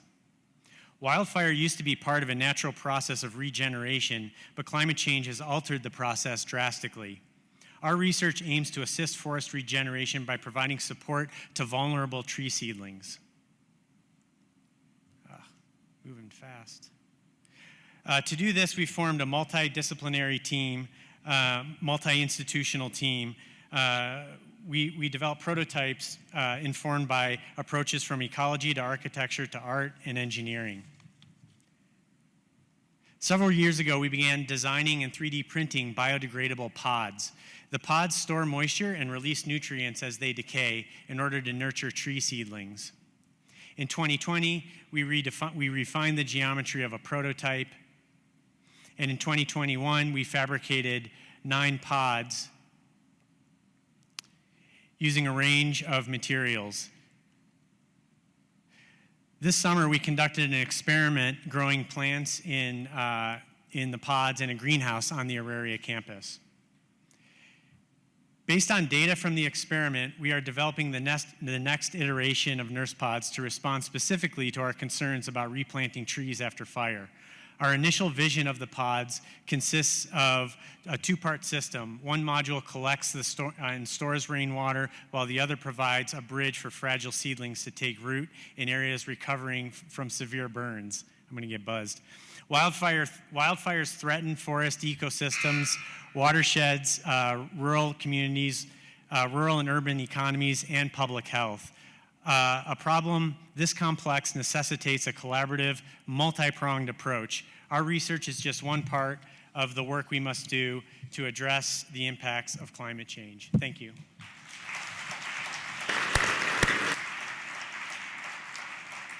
I'm dumbstruck. We have so many awesome colleagues doing so many interesting things, and we're halfway through. So next up in literally 3 minutes will be John Tolva, a smart city expert. But please stand up, stretch, use the restroom, get some water, and we'll be back very, very soon. Thank you.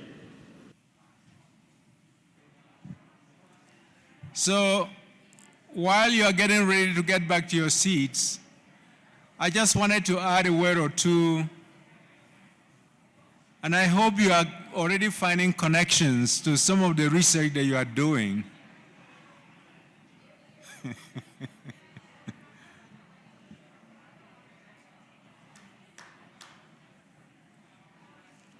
Can we have a buzzer, please?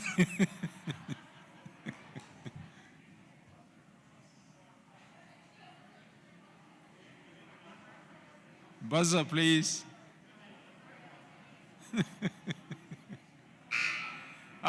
There you go.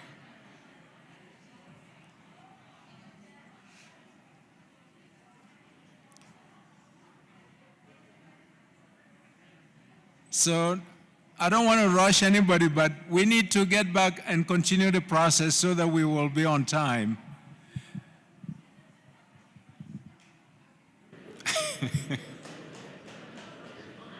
Okay. So part of the idea is that we're going to have fun together. So as we continue this process, and when we approach the lunch hour, I'm hoping that you will take the time to meet up with areas that you intend to collaborate with and just get to acquaint while you are here.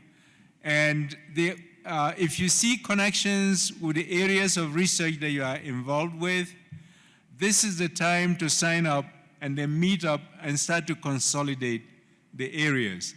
But as I was listening, I can see many connections, like this wildfire presentation and the integrative biology presentation shared a lot of features in common.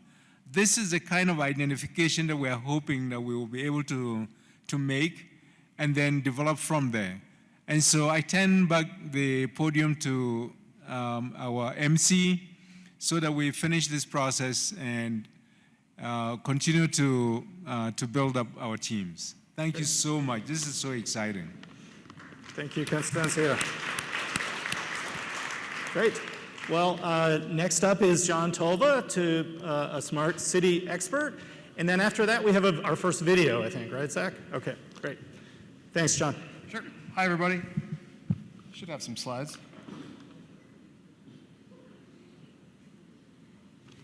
Beep.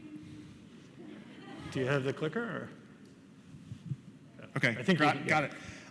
Okay, so this is a photo of a single intersection in the city and county of Denver, and just a selection of the sensors and other devices that increasingly inform and sometimes control the systems that affect our urban lives.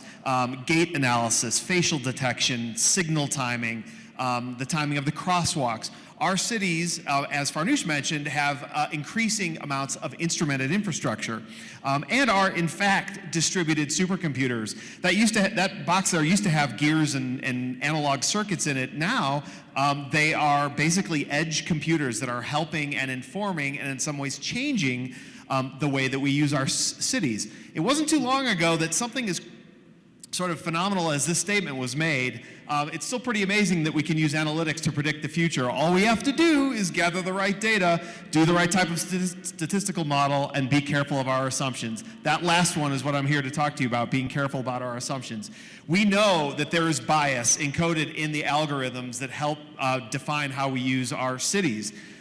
What I'm proposing is a way of systematically reviewing the literature, reviewing the examples of this algorithmic bias, making it transparent, and developing basically a rubric for how to mitigate that early in the design process. So the challenge is reviewing cases of known bias to date to create a rubric, playbook, and/or software testing environment for software developers and government to use to eliminate bias as early as possible in the design process. So a couple of ways to do that. One is to validate data collection and software development best practices. We've been doing this for about a decade now, actually since the last stimulus package in data.gov. So we have some very good examples of surfacing and avoiding sort of human bias, subconscious bias encoded in our data sets. Developing automated test environments to run software in simulated situations where research shows bias can be encoded. Creating a playbook for engagement of diverse user constituencies throughout the design process. Establishing user guidelines for city staff to reduce errors and misuse. And lastly, assemble policy templates for public, human-readable documentation on algorithms used in the public sphere. You may note that this is radically cross-disciplinary. This is part software engineering, part policy creation, and part rethinking the design process in the public sphere. And I think I have finished. Thank you very much. Thank you, John. That's terrific. Thank you, John. We had told people, and please use the Slido process if you want to be involved with John's processes, that they could do videos if they couldn't be here today or if they otherwise wanted to do that. So Lois Brink from the College of Architecture and Planning, who's an amazing landscape architecture who's done work in K-12 school recreation spaces, sent in a video. And if our technology works. First of all, everybody good on the Slido in the last presentation? Okay. Here's our video. Starting a movement in a national research agenda around schoolyard greening as our next great civic spaces. An excerpt from a video created at a conference in Lund, Sweden, back in 2016. I think it really tells you why schoolyards.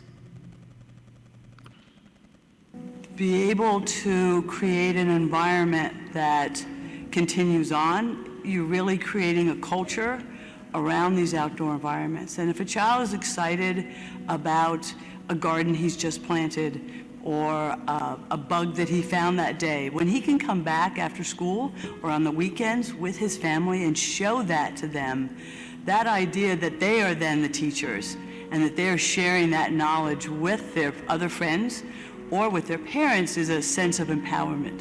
And that's what you really are looking for. One of the things that I've noticed in my research as a professor in landscape architecture is that children can, if you empower them to understand, and the schoolyard tends to be the children's world. The classroom is the teacher's world. So even if you bring a teacher out into the schoolyard, it's still their place. And children, if you give them something that they want to respect, if you give them something other than a slab of asphalt, that just starts to happen. And it really enables and empowers them to want to take care of it. And that's where changing that built environment becomes so important. In the US, schoolyards and schools are the second largest landowner. So as a network of spaces within a city, they can have incredible impact. So we really try to think about how you scale that concept. How can you, in fact, remove asphalt, have an impact on the heat island effect, create cooler spaces, increase shade that reduces the incidence of cancer in children as they grow up and they're older, and then also how do we help create schoolyards that are green infrastructure, and that green infrastructure really starts to look at reducing flooding and those types of impacts. And when you start to do that, then you move away from the idea of maintenance, because everyone says, well, you can't green a schoolyard because of the maintenance. Well, it's stewardship. And when you start to get children to understand that notion of stewardship, you're changing the culture of a child, of their family, and of the city as a whole. So join me in researching, understanding the wealth and breadth of schoolyards in creating a movement. I hope that all of us could work together on something as exciting and thrilling as this. Thank you, everyone.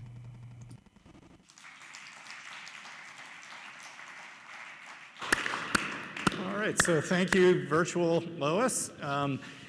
Next up will be Tracy Sitzman. I just want to make sure we have enough time, though, first for people to work with the Slido. And then the group on deck is, I'm proud to say, my colleagues at SPA, Mary Guy, John Ronquillo, and Anthony Stark after Tracy. So everybody good with the Slido? Okay, Tracy, welcome. Well, I'm proud to be a faculty member at the University of Colorado Denver for a myriad of reasons. But at the top of my list is that we have diversity, equity, and inclusion at the heart of our strategic vision.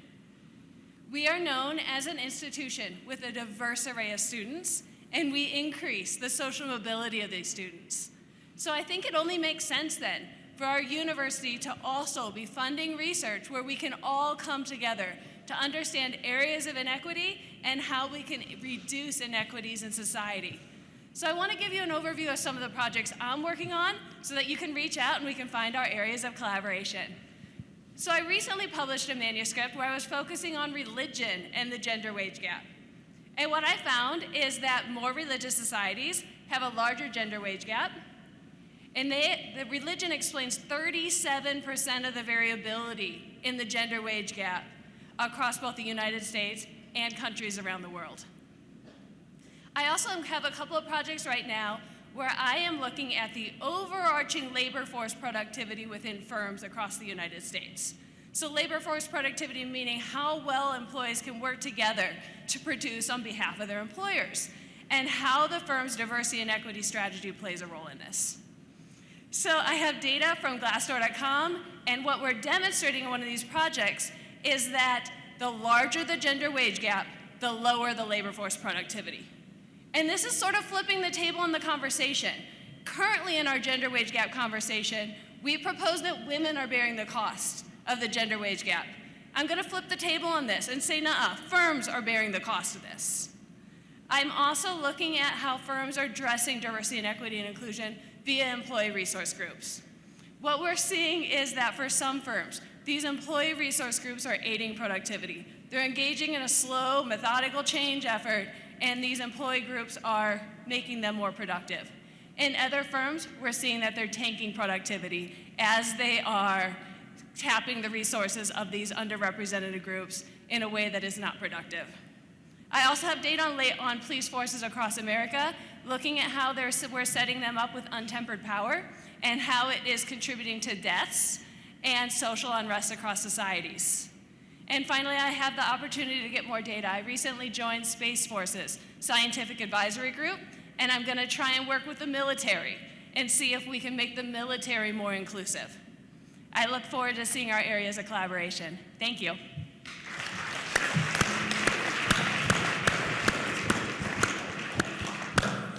Thank you, Tracy. And I should have said earlier, we're now moving into the area of diversity, equity, inclusion, and some of the presentations that we have. And on deck is Shay Swager from the library.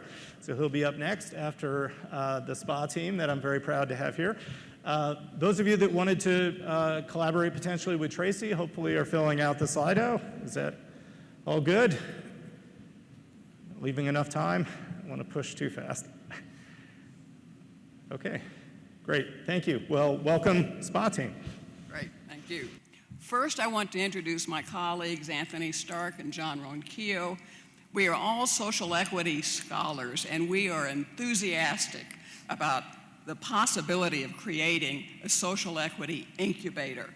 This is an idea whose time has come.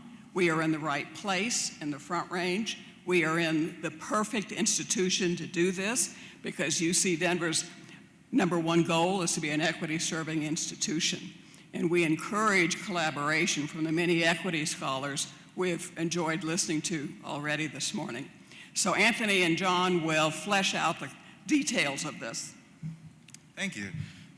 So first and foremost, we just want to say that this equity incubator is both a frame of mind and a field of practice that, if I can get there we go, with a focus of addressing internal and external inequities experienced here at CU Denver and in the larger Denver metro area, with the intent of improving access, process, quality, and outcomes of our teaching, research, and service for all.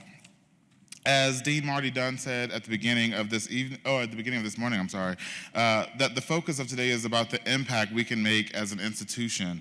It's important that we consider the ways in which we deploy our resources in response to community needs.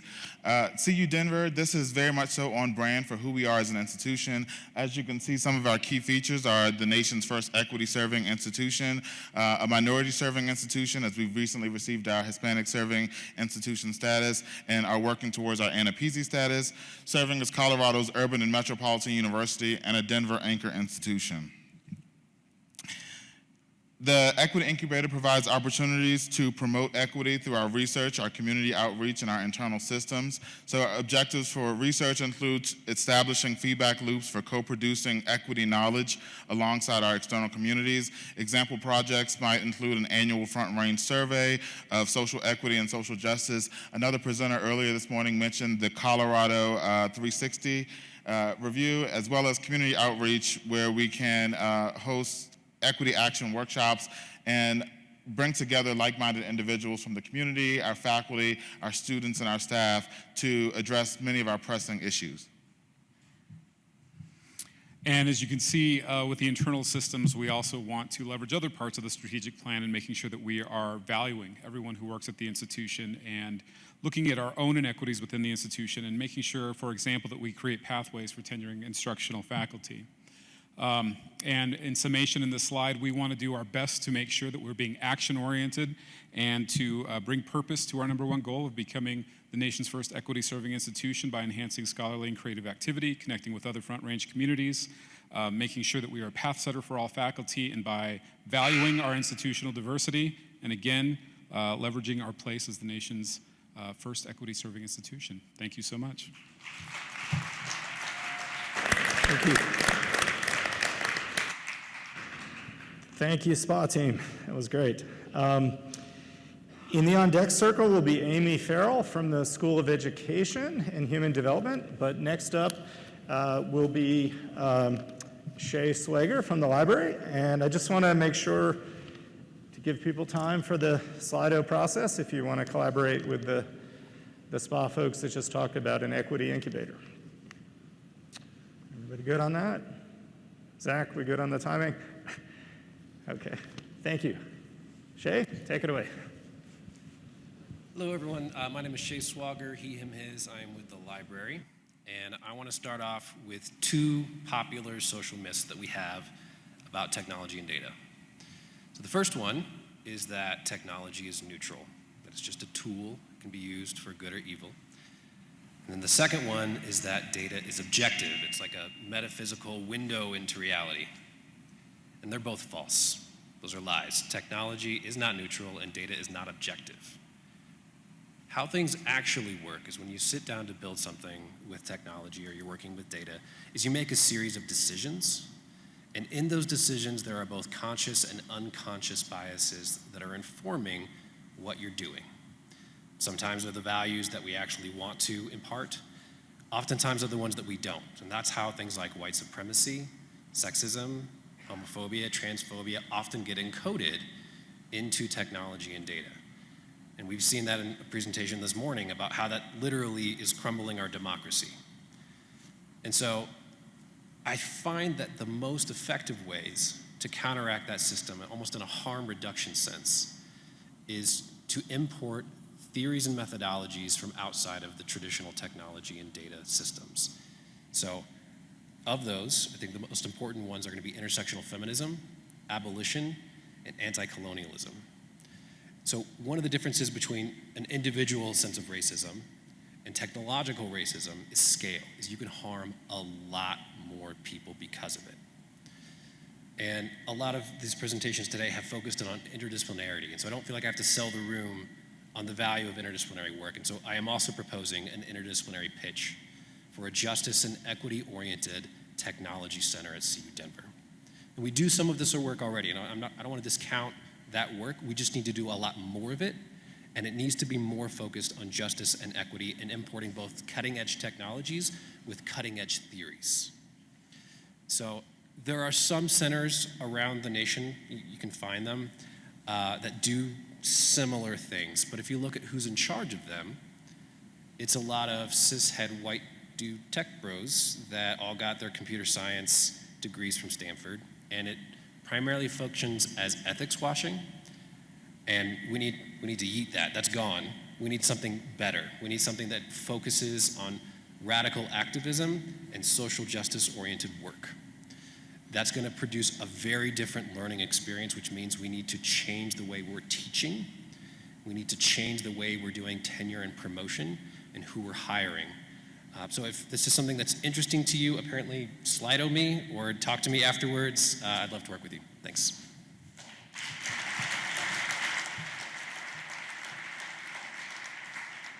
Thank you so much, Shay. I know my school's had the pleasure of working with Shay on the data to policy project. Probably some of you have as well. In the index circle now then will be Miriam Darba-Heshti from engineering, but immediately up is Amy Farrell from School of Education and Human Development. I just want to make sure we're giving enough time for you to respond to Shay. Everybody good on that? Great. Okay, Amy, all yours. Good morning. At CU Denver, we have made a noble and ambitious commitment to equity and social justice. I propose that we cannot begin to enact justice without community. However, I don't consider community as a noun, as something out there, but rather as a verb, something in here. The root munis means mutual giving and relationship, reciprocity, balance, justice. So where are we off balance? Certainly CU Denver is not exempt from massive imbalances of colonialism, imperialism, homophobia, white supremacy, ableism, the patriarchy, transphobia, and so on. There are two forgotten teachers in this world who have long been ready to help us understand balance in community, if we will listen: the earth and children. As a scholar who studies children's learning, I will speak of the latter. A few springs ago, I wanted to understand what would happen if I taught children with learning disabilities to read using a model called critical literacy. In this model, readers consider how authors leave out some viewpoints, how any story changes when the characters' identities are different, and how readers can use text to take action for social change. I tried to convince the students that power meant large-scale structures of advantage according to social identity, like in policy. But they wanted to talk about relationships.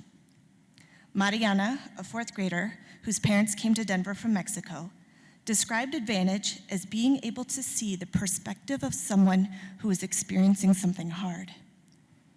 Similarly, I learned from Caitlin, who said advantage means being willing to address the full truth of a situation. And from Zahara, whose family immigrated from Somalia, who said advantage simply means confidence in your supreme worth when facing racism and sexism. They taught me that power is about the balance of truth in relationship, and true power is within yourself. So I propose that children and youth are the ones to teach CU Denver the key principles about justice in community.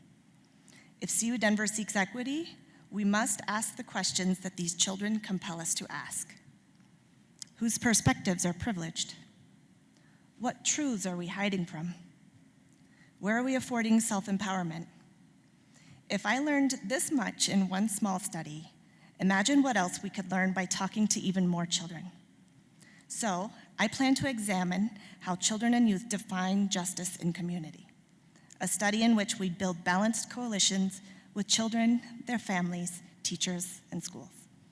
Thank you.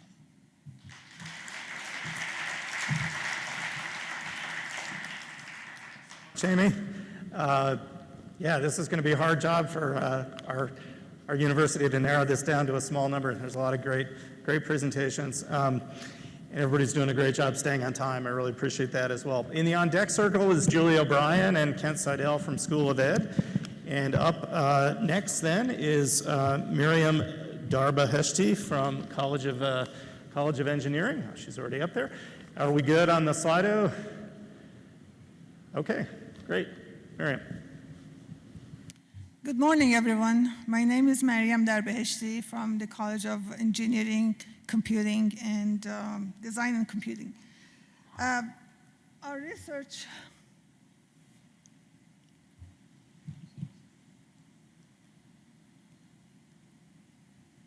No?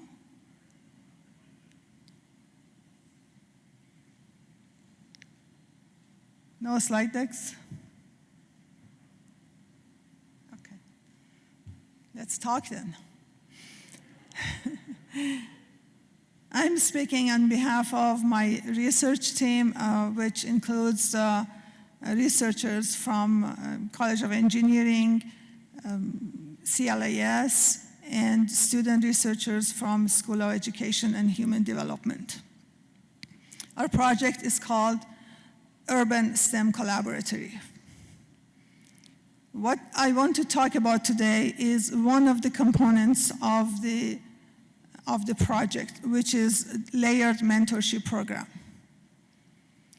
So we have developed a program that is a mentorship program that has several layers, and that's why we call it LMP, Layered Mentorship Program. Throughout this program, what we do is that we create several layers of support for our students. We have a select group of students who actually join our program. They will be part of a learning community and receive some support through taking several classes together as a freshman. And as part of that program, they are put into this layered mentorship program, which actually means that they have support from different layers, starting with the proteges and their mentors. And then we have the lead mentors. We have graduate students who will be leading the lead mentors. And then faculty members are the last layer of the layered mentorship program. This program is built on the existing support systems that the university has. So on top of the university supports, students will receive these advice from the mentors in first layer, and then we create safe spaces for students to talk about their issues while they are actually in their first year of college experience. I welcome collaboration from all areas of the university, and let's work together to improve the well-being of our students and to improve their success rate and retention rate. Thank you.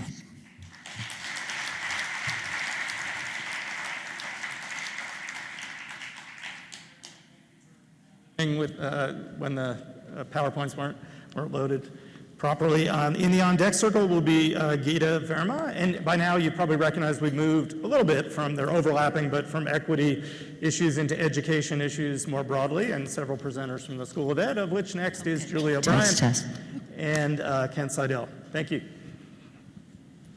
Hello, I'm Dr. Julie O'Brien, Dr. Kent Seidel. We co-direct the Center for Practice-Engaged Education Research within the School of Education and Human Development. And our topical pitch, are the slides not working? Oh, there we go. Our pitch is that we should be investing in building community resilience with a cross-disciplinary approach. This is a definition of community resilience.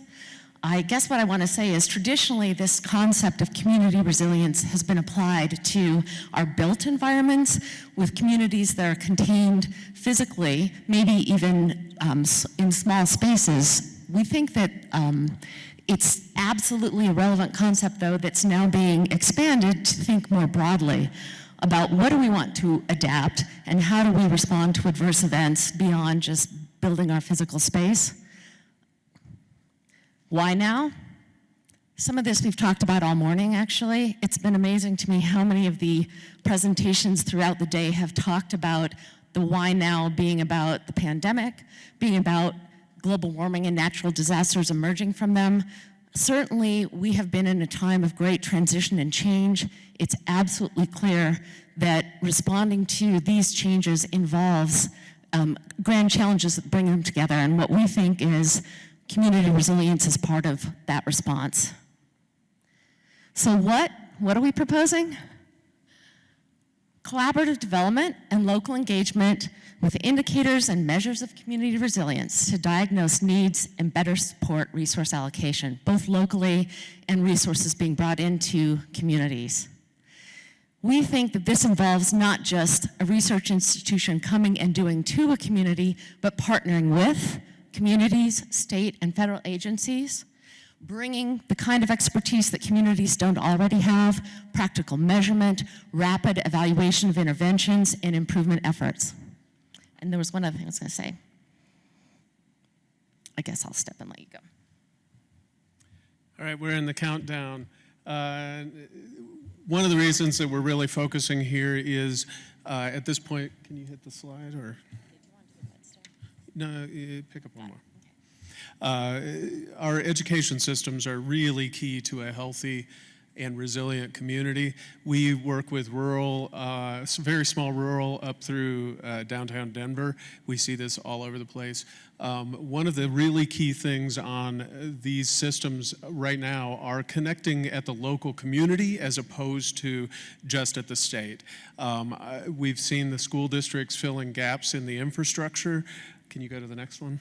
We're running out of time. CPEER was established in 2014.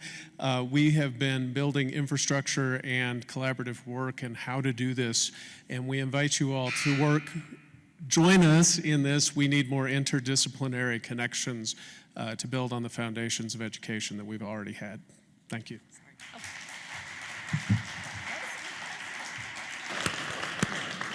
Thank you so much, Julia and Kent. And please join with them in this auto process. On deck will be Julia Malfuz and Laura Summers. But next up is Geeta Verma. And Ashish Biswas. And Ashish. Yes. Okay, I want to test the slide, so don't start my timer, please. How do I? Okay. Okay. Ready? Okay. Hi, everybody. My name is Geeta Verma. I'm a professor of STEM education, the School of Education and Human Development.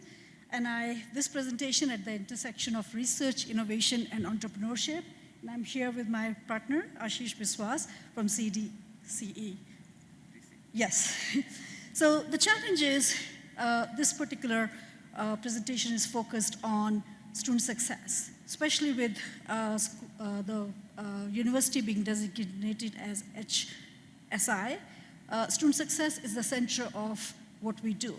And we know that in our society, and you've heard from other presentations, that we have this deficit perspectives about human experiences and life. And the other option is we can think about lived experiences as something that students bring to the table, and how can we honor that? So the opportunity is, how can we upskill our students with their lived experiences and with credit for prior learning? There's the promise of AI and data science. So in lived experiences, the platform that we have launched, we are able to assign micro-credentials using artificial intelligence. The research piece of it comes from ethics of AI. You've heard from other presenters that bias is inbuilt into the system, and we want to be very mindful of that. And then broadening the notion of achievement, which is the equity piece of this work. So why LiveTechs? We are shaped by our experiences, whether they're lived experiences or learned experiences, and as an equity-serving institution, we want to make sure we are able to incorporate those and honor those. So far, what we have done is we've launched the platform, and this is being used in 5 institutions, including high schools in Colorado and CU Denver as well. How does it work? Students earn micro-credentials. They stack micro-credentials into college credit through the School of Education Human Development Continuing Education Program that can be part of their program of study. I'm not going to go over this slide, but it aligns with our strategic plan that the Chancellor has launched in our Future Fest event. What we are seeking is program partners for credit for prior learning. So if you are a school that you want to explore this assigning credit for prior learning, we would love to partner with you. And then creating this complementary ecosystem of learning where we connect students with mentors and content, and that's what we're going moving forward. Broadening this idea about LiveTechs as a tool for social and emotional well-being for students. So we want to do that. We're seeking tech expertise, and we're trying to understand student experience in the platform. The ask from the provost office is funding the pilot for the credit for prior learning and administrative support. This is our team.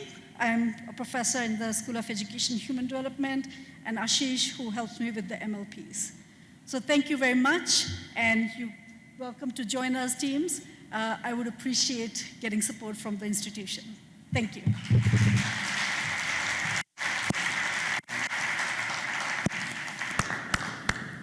Thank you so much. We're kind of in the, to keep the baseball metaphor going, we're in the 7th inning stretch, so please feel free to stretch, get some water, what you need to do, but we have some great presentations coming up. In the on-deck circle then would be Heather Johnson from School of Ed, and next presenters are Julie Malfouz and Lori Summers, also from the School of Ed.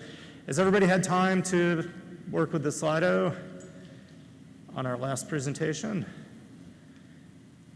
Okay, great. Take it away.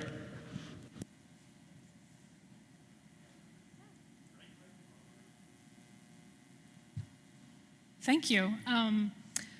We're so excited and happy to see this whole synergy of ideas, and a lot of collaboration, I guess, out of it. I'm Julia Mahfouz, and this is Laura Summers from the School of Education and Human Development, and we're hoping to propose an idea of a transformational school social emotional learning lab to CU Denver. So the rationale is that attending to the social and emotional needs of our society is sometimes considered the missing piece because it represents a part of education that is directly tied to well-being, positive performance, yet it has not been explicitly addressed or even given much attention until very recently. So for example, on the school level, recent studies have revealed that principals have a high impact on students' education and school achievement, primarily by improving school climate.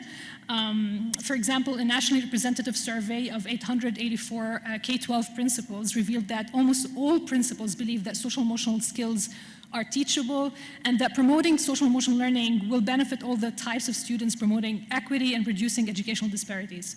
One question that remains unanswered, however, is the degree to which principal preparation programs adequately prepare principals to promote SEL. These same school administrators surveyed also reported that they need guidance for social emotional learning implementation, and polls also show that principals believe they lack the training and confidence required to effectively support students' social emotional learning and development. And if we look at the market in Colorado State and even beyond on a national level or even internationally, we find that there are very few programs that address this issue. And additionally, never before in the nation's recent history has education been so affected by political polarization that has hampered the ability to seek solutions to contemporary problems in education, such as COVID-19, growing social injustices, increasing prevalence of school bullying or aggression, escalating student dropout rates, increasing levels of stress and burnout of principals and teachers, increasing number of students with emotional needs. So addressing such issues requires school leaders and adults to be prepared and equipped with the social emotional competencies. A cursory examination of the type of social emotional learning offered to school leaders through certification programs and professional development is an important tool that helps education or educators in general improve school practices and performance. So we believe that there's a great opportunity for us to collaborate in order to connect research with practice and policy by creating evidence-based programs that address the needs by offering social emotional learning courses, certification, professional development on adult social emotional learning, and conducting research on adult social emotional learning, studying the effectiveness of the programs, and creating intellectual spaces along with becoming pioneers in adult social emotional learning. We're out of time, but here are 4 goals related to the strategic plan. Thank you.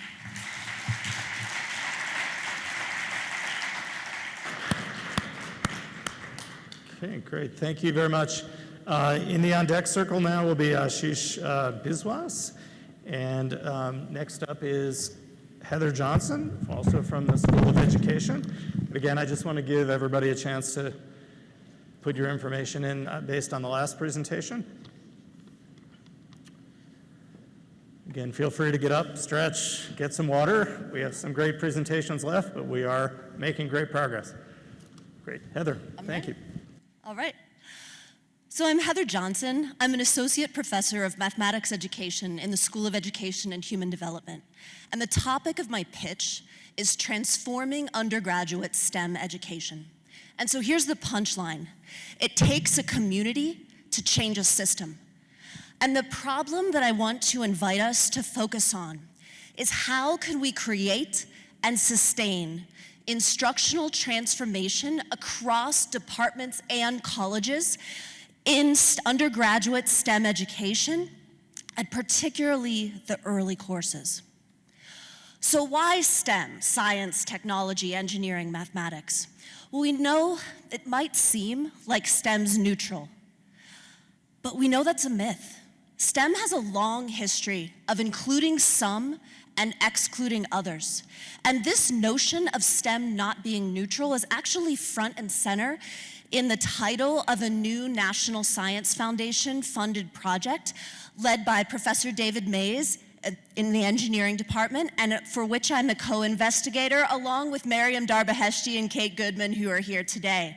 And the title is Engineering is Not Neutral, Transforming Instruction via Collaboration and Engagement, or ENTICE. So what are places where we might get to start making things happen? Well, one, we need a theory of change.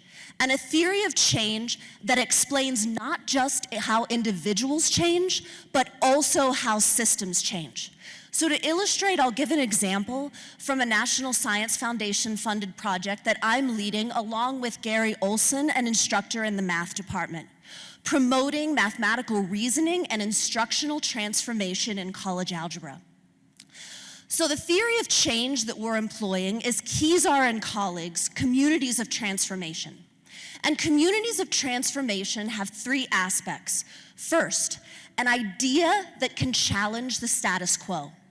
And second, a space in which we can enact practices to embody that idea. And third, a group with whom to sustain those practices. So what's our idea? We think reasoning is more important than answer finding. And what's the space? We're leveraging digital activities created in a freely available platform called Desmos, and we're working to integrate those activities into the fabric of what counts in college algebra, the real curriculum. And so how are we sustaining it? We're bringing together groups of faculty around three ideas: content, reasoning, and power. And in those spaces, the faculty can talk about who and what counts.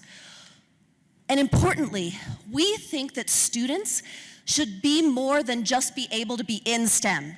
They need to belong and feel like they belong, each and every one. So it takes community to change practice. Thank you.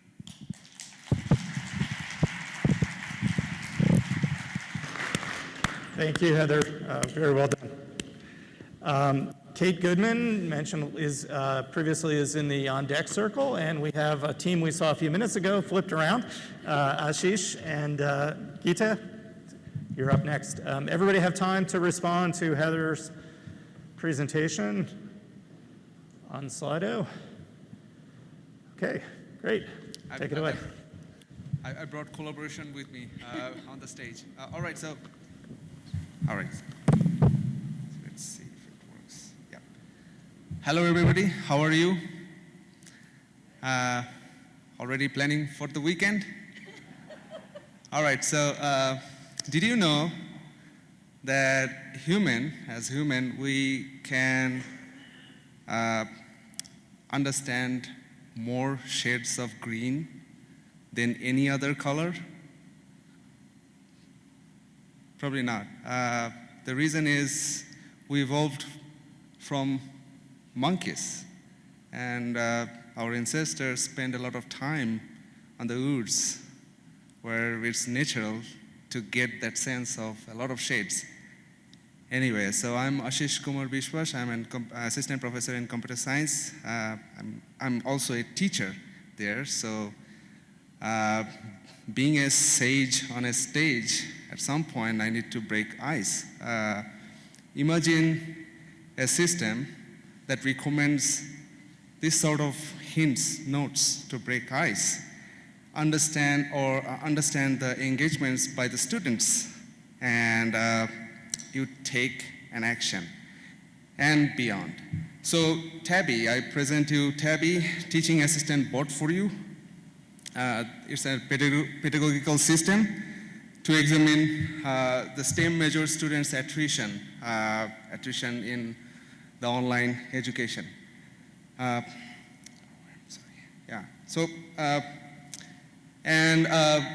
main coverage is to enhance student engagement during lectures, create bias-free estimate regardless of race, gender, and to understand the student to content engagement, and also understanding the trend that student attrition rates to marginalized students.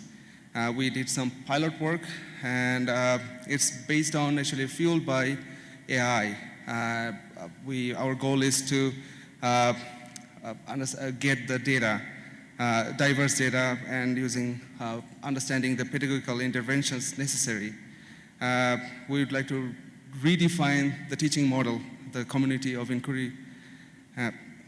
So why now? We're living in the time of a pandemic, and it's changed the online education forever. And also it aligns with CU Denver's strategic plan, and we recently earned the badge of HSI institution first in the state. So we can take advantage of that. And also there's good funding opportunities. We recently submitted to NSF. US Department of Education is also interested in this type of thing. And also we need your support in terms of funding and building teams. So here we are. This is me, Ashish, and my collaborator, Professor Varma from School of Education. Thank you all.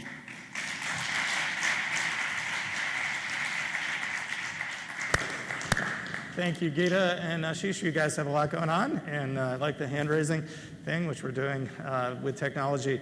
After our next presenter, we have a video, I believe. Hopefully that'll work as well as it did last time, which was great. And our next presenter is Kate Goodman from engineering. Kate. Is this okay that I take this off? Okay. So my name's Kate Goodman. I am an assistant professor at InWorks, which is now part of the College of Engineering, Design, and Computing. And when forward and back is not my strong suit today. Here we go. One more click. All right, so when I thought about this pitch today, I actually went sort of meta. I didn't think about what grand challenge do I want to address. I asked myself this question: what do all of the projects we're pitching today actually need to be successful? Well, we're all on board with the idea that interdisciplinary teams are what we need to address wicked problems, grand challenges, whatever we're calling them. But they also struggle with communication, especially at the beginning. They have a lot of bumps. I might not even use the same letter in my equation to represent the same thing as you do. I might use a term that's the same as yours, but we actually mean different constructs. How do we get past those kinds of initial miscommunications and the ones that come up later? Like, what kinds of data count? How do we handle them? How do we eliminate bias in the data collection, in our analysis methods, and more? Who's attending to these things on our teams? So I would like to propose that to accelerate any of the teams we're talking about today, we need trained facilitation. We need to train researchers who will then be facilitators on these teams, who will attend to the process, to the equity, and to the team dynamic to make sure that these interdisciplinary teams notice the ways we're handling data, whether or not we're addressing things in a way that makes sense for all the disciplines involved at the table, not just one or two. So if you would like to be trained in facilitation, I know I'm not the only one who does this work, but I do research in creative teams and how we support them and facilitate them. I would like to train people who would like to join other teams to do this work. And if you're a team lead who would like to get a little bit of this training, I'm interested in doing sort of a micro training around noticing, listening, and questioning in ways that support any of the teams that we're proposing today. Thank you.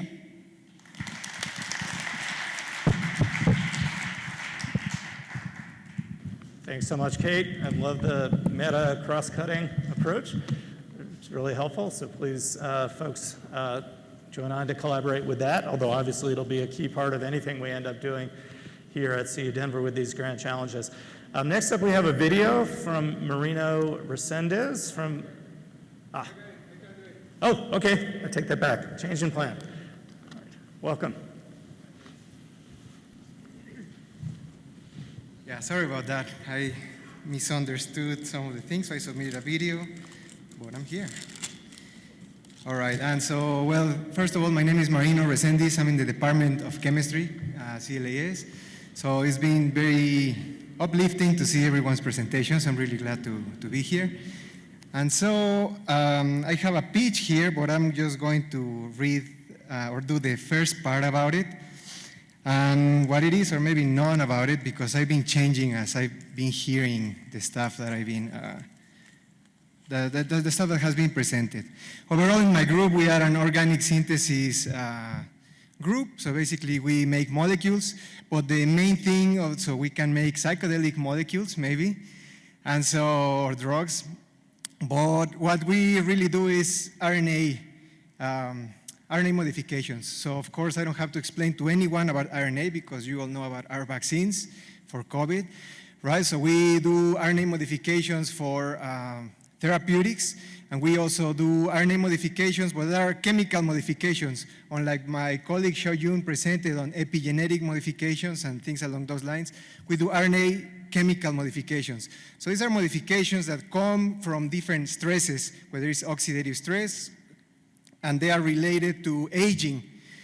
But the pitch that I really wanted to, so we can do all of those things, but the pitch that I really wanted to do and what I'm seeking collaborations and hopefully some synergy with the audience is basically in addressing some other aspects. So for instance, with these chemical modifications, what you have is you have your RNA, which is a basic biopolymer of life. If you don't have that RNA functioning as is, this can lead to disease.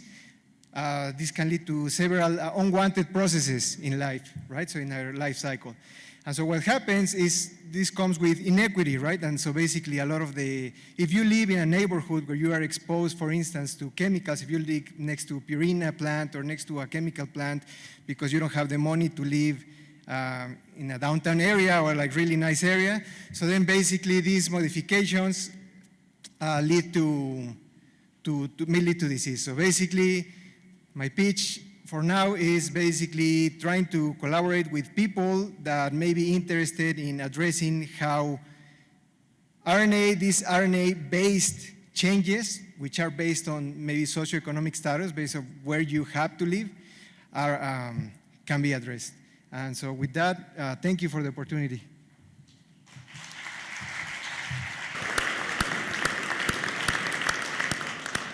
Thank you so much, Marina. Next up is Randall Tagg from CLAS. And after that, in the on-deck circle will be Nate Thompson from CAM. We're down to the last 5 or so. We may be adding a few or doing a video. I'll check with Zach at that point. Everyone that wants to work with Marina, please fill out the Slido process. And let's move on to Randall Tagg. Thank you. Thank you. So I want to propose that creating a technical resource center for community resilience is urgent and achievable. The grand challenge that I propose is that we need to help communities articulate and respond to challenges and effectively adapt to the challenges that confront them. The need is, I'm sorry, I'm not seeing the slides. Okay, thank you. The need is that the community residents are acutely aware of vulnerabilities and barriers, but have limited resources to act on such knowledge. And you see in the slide here the power grid. And so we know that power grids are vulnerable, but when they go down, there's a cascade, there's a domino effect of many other things that happen in a community, and communities know what they need. But how can they serve themselves? So I see the opportunity is that there's large quantities of surplus technical resources, and there's also in our university a huge repository of technical knowledge that's available to support community-rooted solutions. And in the photo, this is an example of the kind of resources that I've accumulated over many years, and it's astonishing how much that we could have available if we're wise about using them and about enabling people in the community to use them.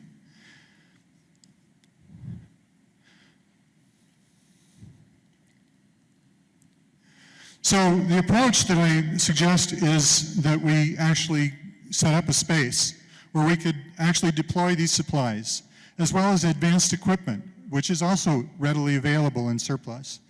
We have design and fabrication facilities, something like the InWorks, but I must emphasize that this is much more than that. This is much more than just the means to machine things. It's about pulling together lots of technical resources. And then workspaces and, very importantly, learning materials for people to, in communities to get up to speed on using such resources. I designed this idea of space on 31 years of experience, 5 prototypes of such places, and more than 300 projects. So prior successes include a recent graduate who was found identified as a Forbes 30 under 30 entrepreneur for developing this patent that is a safety technology for rescue helicopters. And he was involved in rescuing people in the floods of 2013. There have been many other students who have been successful, and importantly, they were involved, every one of them, in working with K-12 students to innovate solutions for their own communities. I partnered with a nonprofit called Microbusiness Development in working with local businesses, with Aurora Public Schools in running an innovation program, and with the Exploratorium in public engagement. Thank you very much.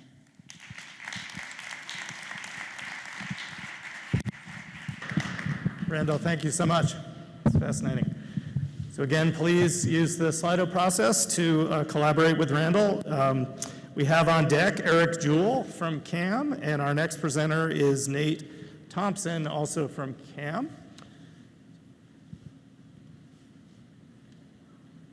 Welcome, Nate.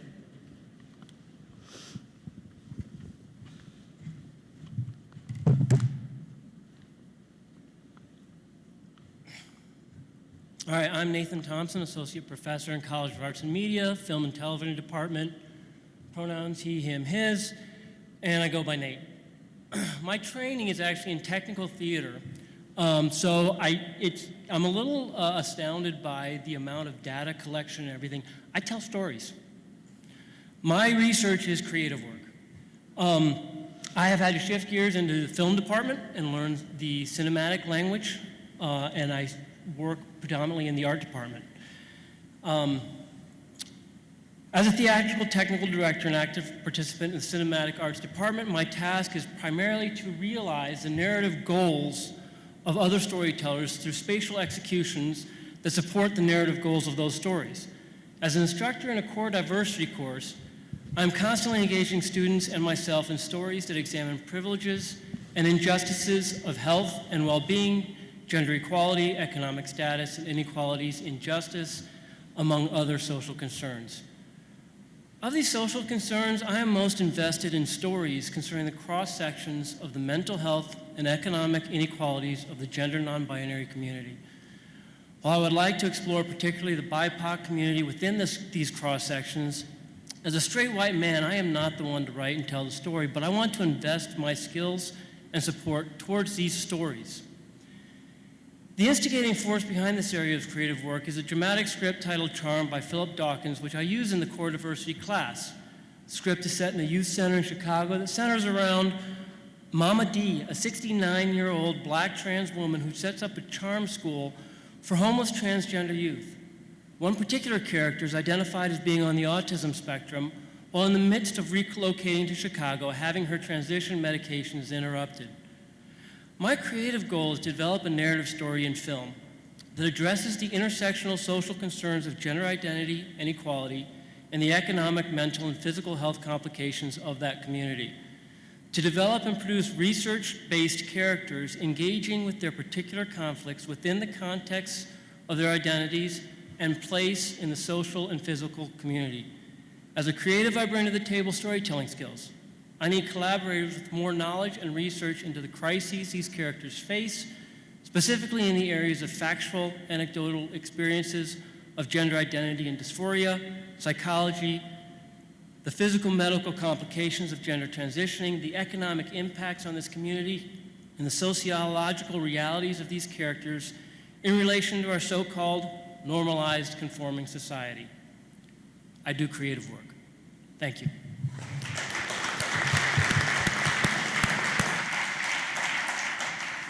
So much, Nate. Let's see, in the on deck circle, we'll have Jan Mandel in a few minutes. And next up, we have Eric Jewell from CAM. Just want to make sure everybody has enough time to do the Slido to get involved or collaborate with Nate. And again, just, thanks so much for your time and attention and energy today. We're towards the final few.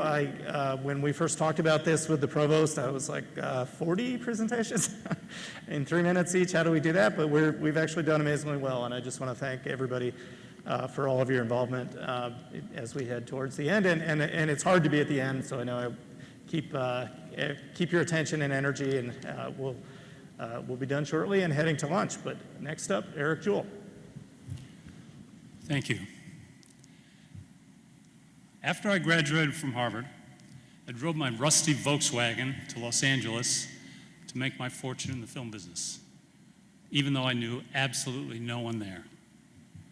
After months of disappointment, I went to the American Film Institute and volunteered to work on their student films. I recorded sound, I carried camera cases, I even moved furniture for set dressing. I did whatever I could. A few short films later, I had 50 new friends as passionate as I was about the movies.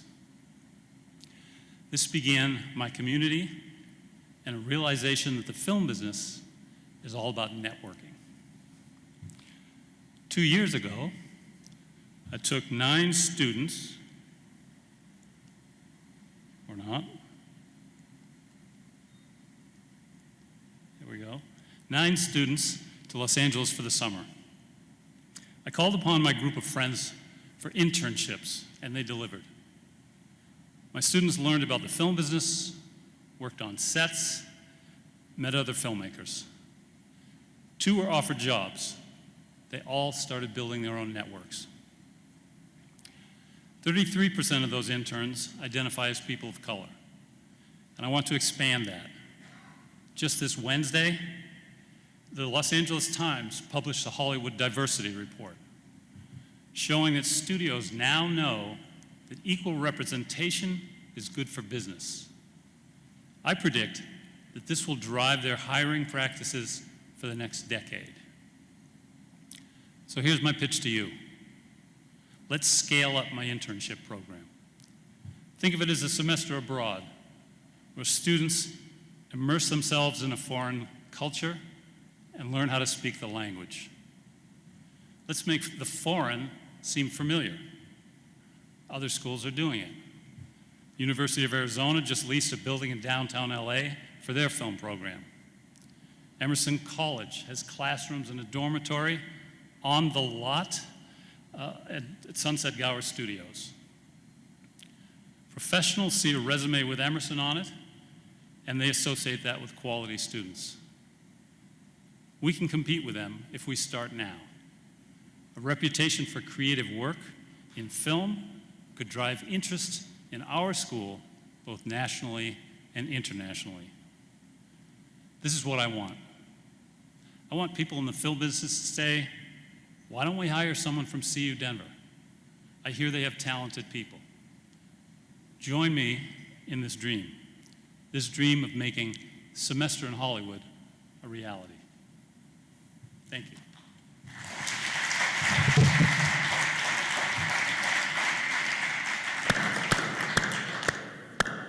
Thank you, Eric. Next up, Jan Mandel from CLAS, and I'll need to check in after that whether we're going to do the video of Sarah Aziz. Yes, and also Manuel Serapio. I'm not sure if he was going to present this time or in a couple weeks. Yes. Okay, so 2 more presentations after this, and you're up next. Thank you. Thank you. Okay. Well, it's a pleasure to be here, and I would like to present some opportunities in modeling wildfires, known generally as wildfires. The difference is wildfire is something that's outside of the city, while wildfire is one that you don't want. So there is a number of fires that you do want, such as those that are used for mitigation of fuels. So this is a joint effort with Diana Tomback from Integrative Biology and Ben Crawford from Geography. Modeling wildland fires is has many aspects. So, for example, we build mathematical and numerical tools. That's what I have been doing the last 15 years or so. There are data acquisition aspects. We have been using data from all sources, including drones, satellites, cameras. The fire modeling itself is a very interesting piece in numerical mathematics and high-performance computing. The scary part is the numerical weather prediction, but we use existing codes and connect with them and have experts in meteorology. And post-processing and visualization, which is basically IT. So the big challenge is to connect it all together, and that's what our coupling systems and workflows and so on for. And content delivery, which basically means you stream your forecasts on the internet so that they are available to the stakeholders. So that much for the tool part, building the tools. What are the scientific aspects where other people can find interesting problems? Well, many of the people that I work with, most in fact, are meteorologists. Atmospheric science, because fire is driven by atmosphere, basically. Biology, we should strengthen that because everything that burns is actually plant matter, even the coal in scene fires. Geography, well, the biggest problem when you start writing a program for simulating wildfires is to actually put things on your computer map where they should be.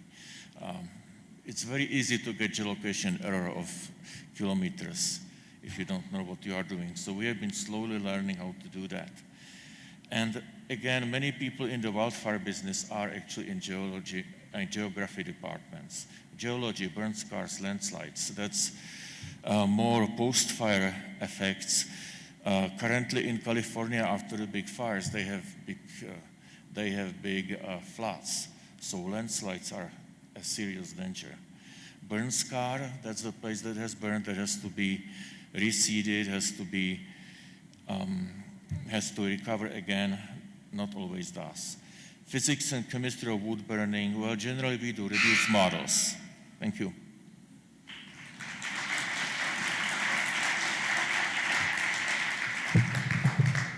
Thank you, John. You could have finished the sentence. Good timing, though. So we have a couple more. Should we do the video first? Manuel? Okay, so Manuel Serapio, and I think Manuel, who I've known for many years, is the head of cyber and is going to talk a little bit about that and related ideas from the School of Business.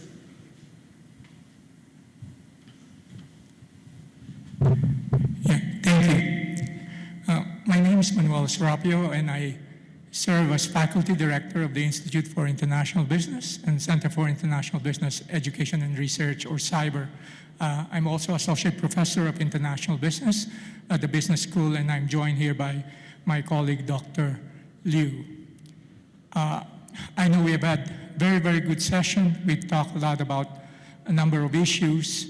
And what I would like to do is talk about the changing context of the world we live in. I would like to make 3 points and then share with you examples of what we are doing at the Institute and the cyber, and then invite you to participate in our work. The Institute was created by the Regents a long time ago, 30 plus years ago, and the basic idea is to prepare our students to work in a globalizing economy. The Institute is actually led by our provost, Provost Nakuma. In 1993, we received a designation from the U.S. Department of Education as a Center of Excellence in International Business. We're one of only 15 in the country, the only one in Colorado, and one of 2 in the Rocky Mountain region. And we've worked with most of the colleges and schools represented here. The 3 points that I want to make is, first, the world that we live in right now is taking shape, and it's becoming more digitized, decentralized, and tokenized. The second point is that Denver and Colorado, where we live, can play a very important role, is already playing a very important role in this new globalizing economy. And third, for reasons that we've already heard today, CU Denver can play a leadership role in this globalizing economy. So what I would like to do, I know short of time, is to invite you to check us out, reach out to us, and tell us what are some of the things that you're doing that has a global implication. This is a very, very exciting time. I've been here a long time. I'm glad that we're doing what we're doing because there's going to be a lot of resources that the federal government will be devoting. You've probably heard about the Endless Frontier Act, which became the Innovation and Competition Act. I don't know how that will play out, but what I know is that there will be more funds and resources that will come our way, and hopefully Denver and Colorado are selected as one of those centers so that we can fund all of the things that we are doing. Let me end. It's very interesting that I've not heard the word mentioned here. During the day, we talk about the domestic context, but it's really global. And China is a key competitor, a key collaborator, and this is one of the key reasons why our government is doing what we're doing to keep us competitive in the global marketplace. Thank you.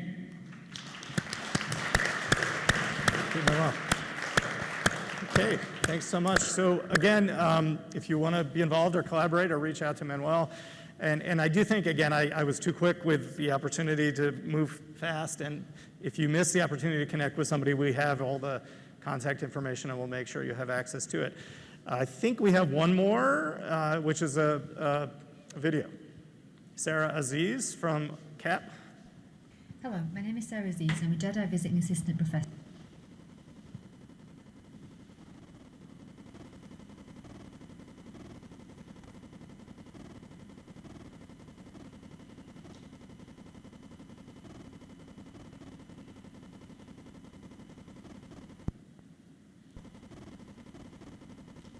Hello, my name is Sarah Aziz. I'm a Jedi Visiting Assistant Professor in the College of Architecture. I'm excited to share my collaborative research project, Tumbleweed Rodeo, with you. And I have a number of slides that walk through different moments of the project. But ultimately, we're trying to look at how this plant is become one of the most devastating ecological disasters known to mankind. It's invasive and has exhibited the most rapid spread of any introduced species. And in the research that we do, we seek to understand how it works, so not only botanically, but also in the popular imagination. And the project positions a question of invasive species, what came first and what's truly invasive, not as disasters, but as displays of the majesty and nature and of life. And these seemingly malevolent agents have always been a part of human activity and can be used to a benevolent end. So for example, here, We've been holding large-scale public furniture building events with the tumbleweed, and then moved back onto really trying to understand how the plan moves with and against the Jeffersonian grid. So I collaborate with ranchers and farmers, and we release tumbleweeds across different land types to understand how it moves. And then we transform those vectors of movements into inhabitable walkways. So here there's 10-foot tall amaranth plants in shallow water Texas. And what this led to was an understanding of the different multi-species entanglements that occurred along that line. And then a number of dereves, a number of culinary events that used the detritus, the tumbleweed core, were held again to use a plant as a discursive tool to understand what this means for the American West, agricultural practices, and different kinds of ecological systems. We also use very low-tech ways of bringing this phenomena into a way that is into a format that is accessible to a broader audience. So we held a number of participatory drawing performances, and again this was about creating the infrastructure and then stepping away. So the Tumbleweed Rodeo consisted of a series of 6-foot tall canvases that formed a rodeo pen, and then ranchers came in, the members of the public came in and started to enact great Texan pastimes onto those surfaces, and the tumbleweeds began to register and mark those activities, forming a relationship between drawing build-up and material breakdown. And then the final stage of the project is trying to understand how we can use this plant as a kind of building material.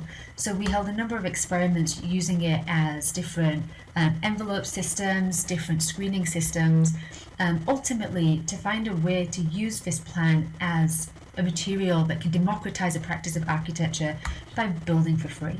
And the final phase of the project is understanding how we can bring this into the context of Colorado itself. And we're in the process of building the 750-foot line drawing from a tumbleweed tracking in Center, Colorado.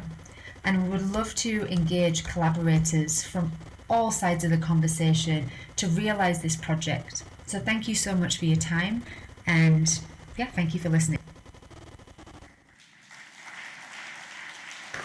Excellent. Who knew tumbleweed was so cool? If you want to join with Sarah, please go ahead and do that. I just want to, first of all, thank all the presenters. If all the presenters could stand, it's awesome. Let's give you a round of applause. It's not an easy thing to do to summarize some of your life work in 3 minutes, and you were all on time and awesome and fabulous, so thank you so much. I will give over the microphone to either Marty Dunn or our provost and for next steps and next words, and thanks so much to everyone.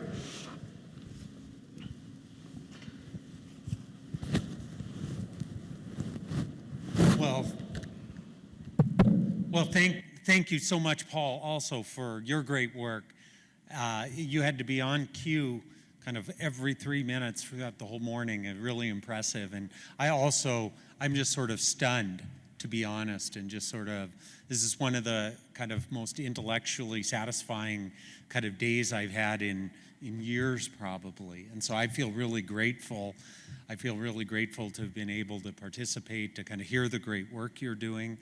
I'm just so kind of proud to be colleagues with you. I'm so proud to be part of an institution that has such great kind of faculty, such great kind of expertise.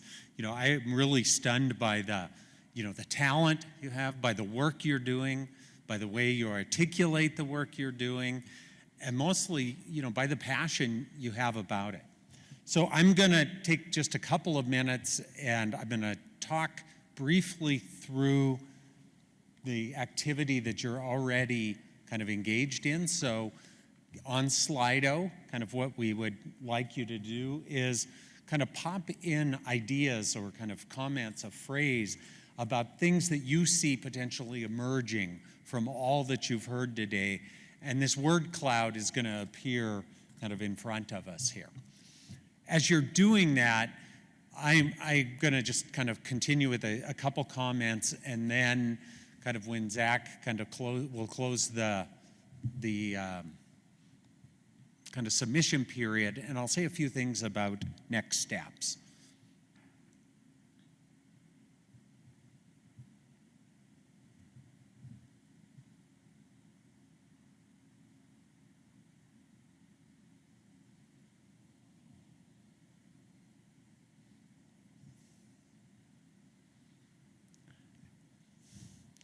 It seems pretty clear that we have, that you're seeing, and that what the kind of work that we're already doing kind of are really aligning with kind of grand challenges that we can impact, and that society and the world kind of is engaging, kind of really powerful. Let's see, maybe another 30 seconds or so. Okay, why don't we do that? Kind of, so what kind of your device, you can still input, but we're going to advance the slide, and I'm going to talk about a couple next steps. So kind of these were a couple comments kind of prepared to talk about the next steps, but the real next step starts here in about 5 minutes or so, when we're going to kind of convene outside. Kind of the weather has cooperated with us, so I think we're going to have a kind of wonderful outdoor lunch, be able to take off our masks and socialize with each other. And again, kind of the idea of this whole exercise over the next few months is to continue to kind of bring ideas together, kind of build upon them, kind of turn them, frame them, kind of bring into kind of grand challenges that can make the kind of impact that we talked about kind of earlier, that can differentiate us, that can draw on our unique advantages and competitive potential. And so that's going to start kind of with you talking to each other, kind of and socializing with folks that you've listened to over the last, few hours. On Monday, I have two real big requests for you. Those of you that were speakers on Monday, we're going to send you a list of folks that signed up kind of with interest in your topic. And we'll send you some instructions that along the lines that follow as well. But our request for you is that you convene kind of those folks in whatever way you want and start to kind of bring them together and engage in conversations about what might and how might kind of your ideas move forward. And we know that some of you that maybe gave a pitch today may have no interest ultimately in leading a team, for example, but wanted to kind of share that idea. And that might be what you end up doing kind of right away in telling folks, I see this as a really important area. I don't see that I'm going to be the one to lead it, but I wanted to at least incubate it. That's fantastic. At the same time, there are some of you that will kind of want to kind of lead a team, and we really kind of encourage and are excited about that as well. Those of you that signed up, please start to contribute. So kind of when the speaker reaches out to you, please engage. And, you may engage for the long haul. This may be a 10-year engagement for you or longer. You may drop your engagement after a week or so. And this is, all the elements of the organic process that we're working through at this point. So we're going to ask you, and we'll provide some of that guidance, to then come back together here on November 19th. And we'll talk in a little bit more detail, and we'll provide a little bit more structure about some of the elements that we'd like you to talk about. And throughout that whole process, there'll be opportunities for folks to connect, build on the work you're doing, for you to recruit people as you talk through and think about things. You may come and say, man, we've got a great idea. We've got A, B, C, and E covered, but we need help with D, F, and G. How do we get that, and so forth. That's part of, I think, the work that you're going to do together. When you come, I wanted to say one other thing that I had neglected to say. We're also going to make all of these kind of pitches available on a website that on kind of early next week kind of other folks in our community that weren't able to attend, can access, they'll be able to see the topics, and they'll be able to express their interest and so forth. So, get ready for a little bit of messiness as kind of teams start to come together and form, and I encourage you to kind of embrace that a little bit. But I can't tell you, how much opportunity that we really have kind of here, and just the great work and the great kind of talent that was on exhibit today kind of, I think, makes me kind of more and more confident that we're going to be able to kind of in the short term and in the long term do really, really great things. So the last thing that I'll kind of mention is you bring these groups together, kind of feel free to reach out to us. We'll give you a resource packet kind of early next week, but kind of with kind of help, questions, or anything, we're kind of available to help. But we'd really like you to sort of take the ownership and the ball to move these forward. Kind of when we do, we're going to ask that, as you come together, that you register kind of for the November 19th session on November 12th, and we'll give you kind of more insight and info about how to do that as well. So with that, I'm going to turn the kind of podium over to kind of Provost Nakuma, kind of who is going to close us out. So again, congratulations and thank you to all of you for the great work you've done.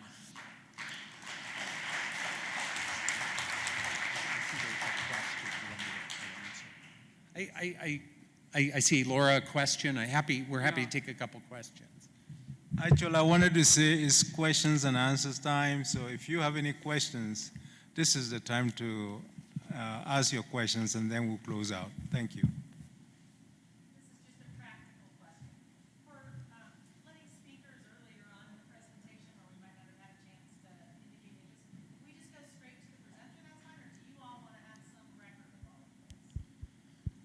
I think it's fine for you to go straight to the presenter with it. And we'll be coordinating with the presenter and probably asking, to square up and kind of get records of that. But to make it easy, kind of go straight to the presenter. Any other questions?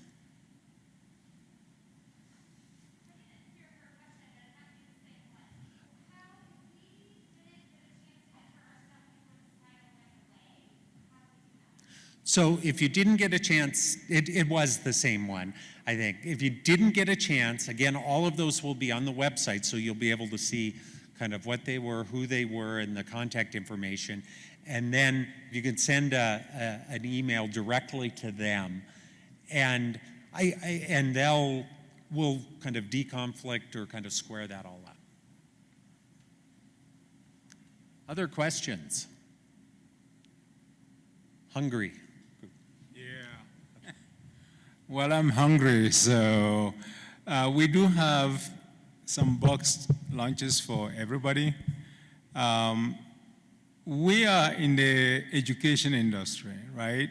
And I hope the 3 hours spent together this morning have been a source of education for all of us. I am so grateful for the opportunity to find out what kind of research is happening here. And I bet that many of us are learning about the range of areas that we are researching in, which for me says that we have tremendous potential here. And so what is going to happen next is that all of the presenters who will either continue to lead their area of research and bring people together, or when you convene, allow a leader to emerge from your team and take the group forward. This is the level of energy that we're going to need to be able to coalesce the areas of research that we've listened to and which will eventually emerge with some that get the funding for this year. But believe me, just being able to meet and talk about what it is that we want to collaborate on, that in itself is something we need as an institution. And so this is going to be an annual process. And those that don't get funding, don't see it as any loss. It's an opportunity to continue to meet as a team, flesh out your idea, fine-tune it. You will have another opportunity to compete for funding. And those that win will have all of the institutional support we can muster to make sure that you are working on the ideas and not having to worry about all of the administrative aspects that can be handled by other people within the team. And so we are going to be providing grant writing support. We're going to engage external facilitators, and Kate Goodman has invited those who need program coordination support to join her in being trained, as well as training ourselves to facilitate these discussions. So we have resources we can depend on, but the whole idea here is when we define success, we're going to measure already the number of people who showed up and persevered through 3 hours of intense discussion. To me, that's a lot of success demonstrated right here. And as we take these teams forward, what is going to result from that is we'll see the leadership emerge, the energy, the passion, and we will end up with clearer visions for where we want to go with each of the clusters of research areas that we're going to be identifying. And so this is the beginning. Ultimate success for us is that we are going to support these teams to emerge either by way of centers or institutes or whatever it is that the structure is going to be that brings researchers together to talk and develop together. What tends to happen is there will be internal competition, is very subtle, but everybody will elevate the other to their highest potential. And that's the way that we're going to grow as a research institution. And so I am so encouraged to see the enthusiasm that has been demonstrated here today. I couldn't have made it in 3 minutes, believe me. But everybody stayed on time, and so let's go forth. You'll be hearing from us. I will probably come around again to the various groups. We will encourage groups, as you've listened to each other, to come together and form larger groups and continue your discussions. So with that said, let me acknowledge the very hard work of the people always behind the scenes that make everything look so well organized, and because it is well organized. Zach Strober, Mitch, Mark Karga, and all of the team behind them. Let's give them a round of applause.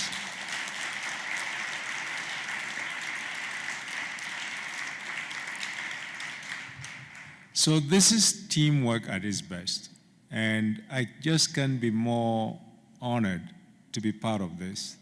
And all of the very brilliant researchers who have decided to come forward to share their passion for what they do. To me, that's precisely the kind of institution I want affiliated with, and I know that we all want affiliation with, you want to be associated with excellence. There was excellence demonstrated here today, but that excellence will only be enhanced as we come together. You know, the silos that we build is to deepen our knowledge. Now is the time to deepen and widen that knowledge by coming together collaboratively and identifying challenges that we're going to direct our research towards to contribute towards society's development. And that's really what we are aiming to do and be known for it nationally and internationally. So thank you so much for the enthusiasm displayed here today. That's a lot of leadership in this room, and I applaud what we have. Together we're going to make CU Denver the place that we all will be very proud to come to work at. This is closely tied with our goal number 4, catalyzing the development of an open innovation district. Research universities provide the brain trust for any innovation district, and we will be successful at this. Thank you so much.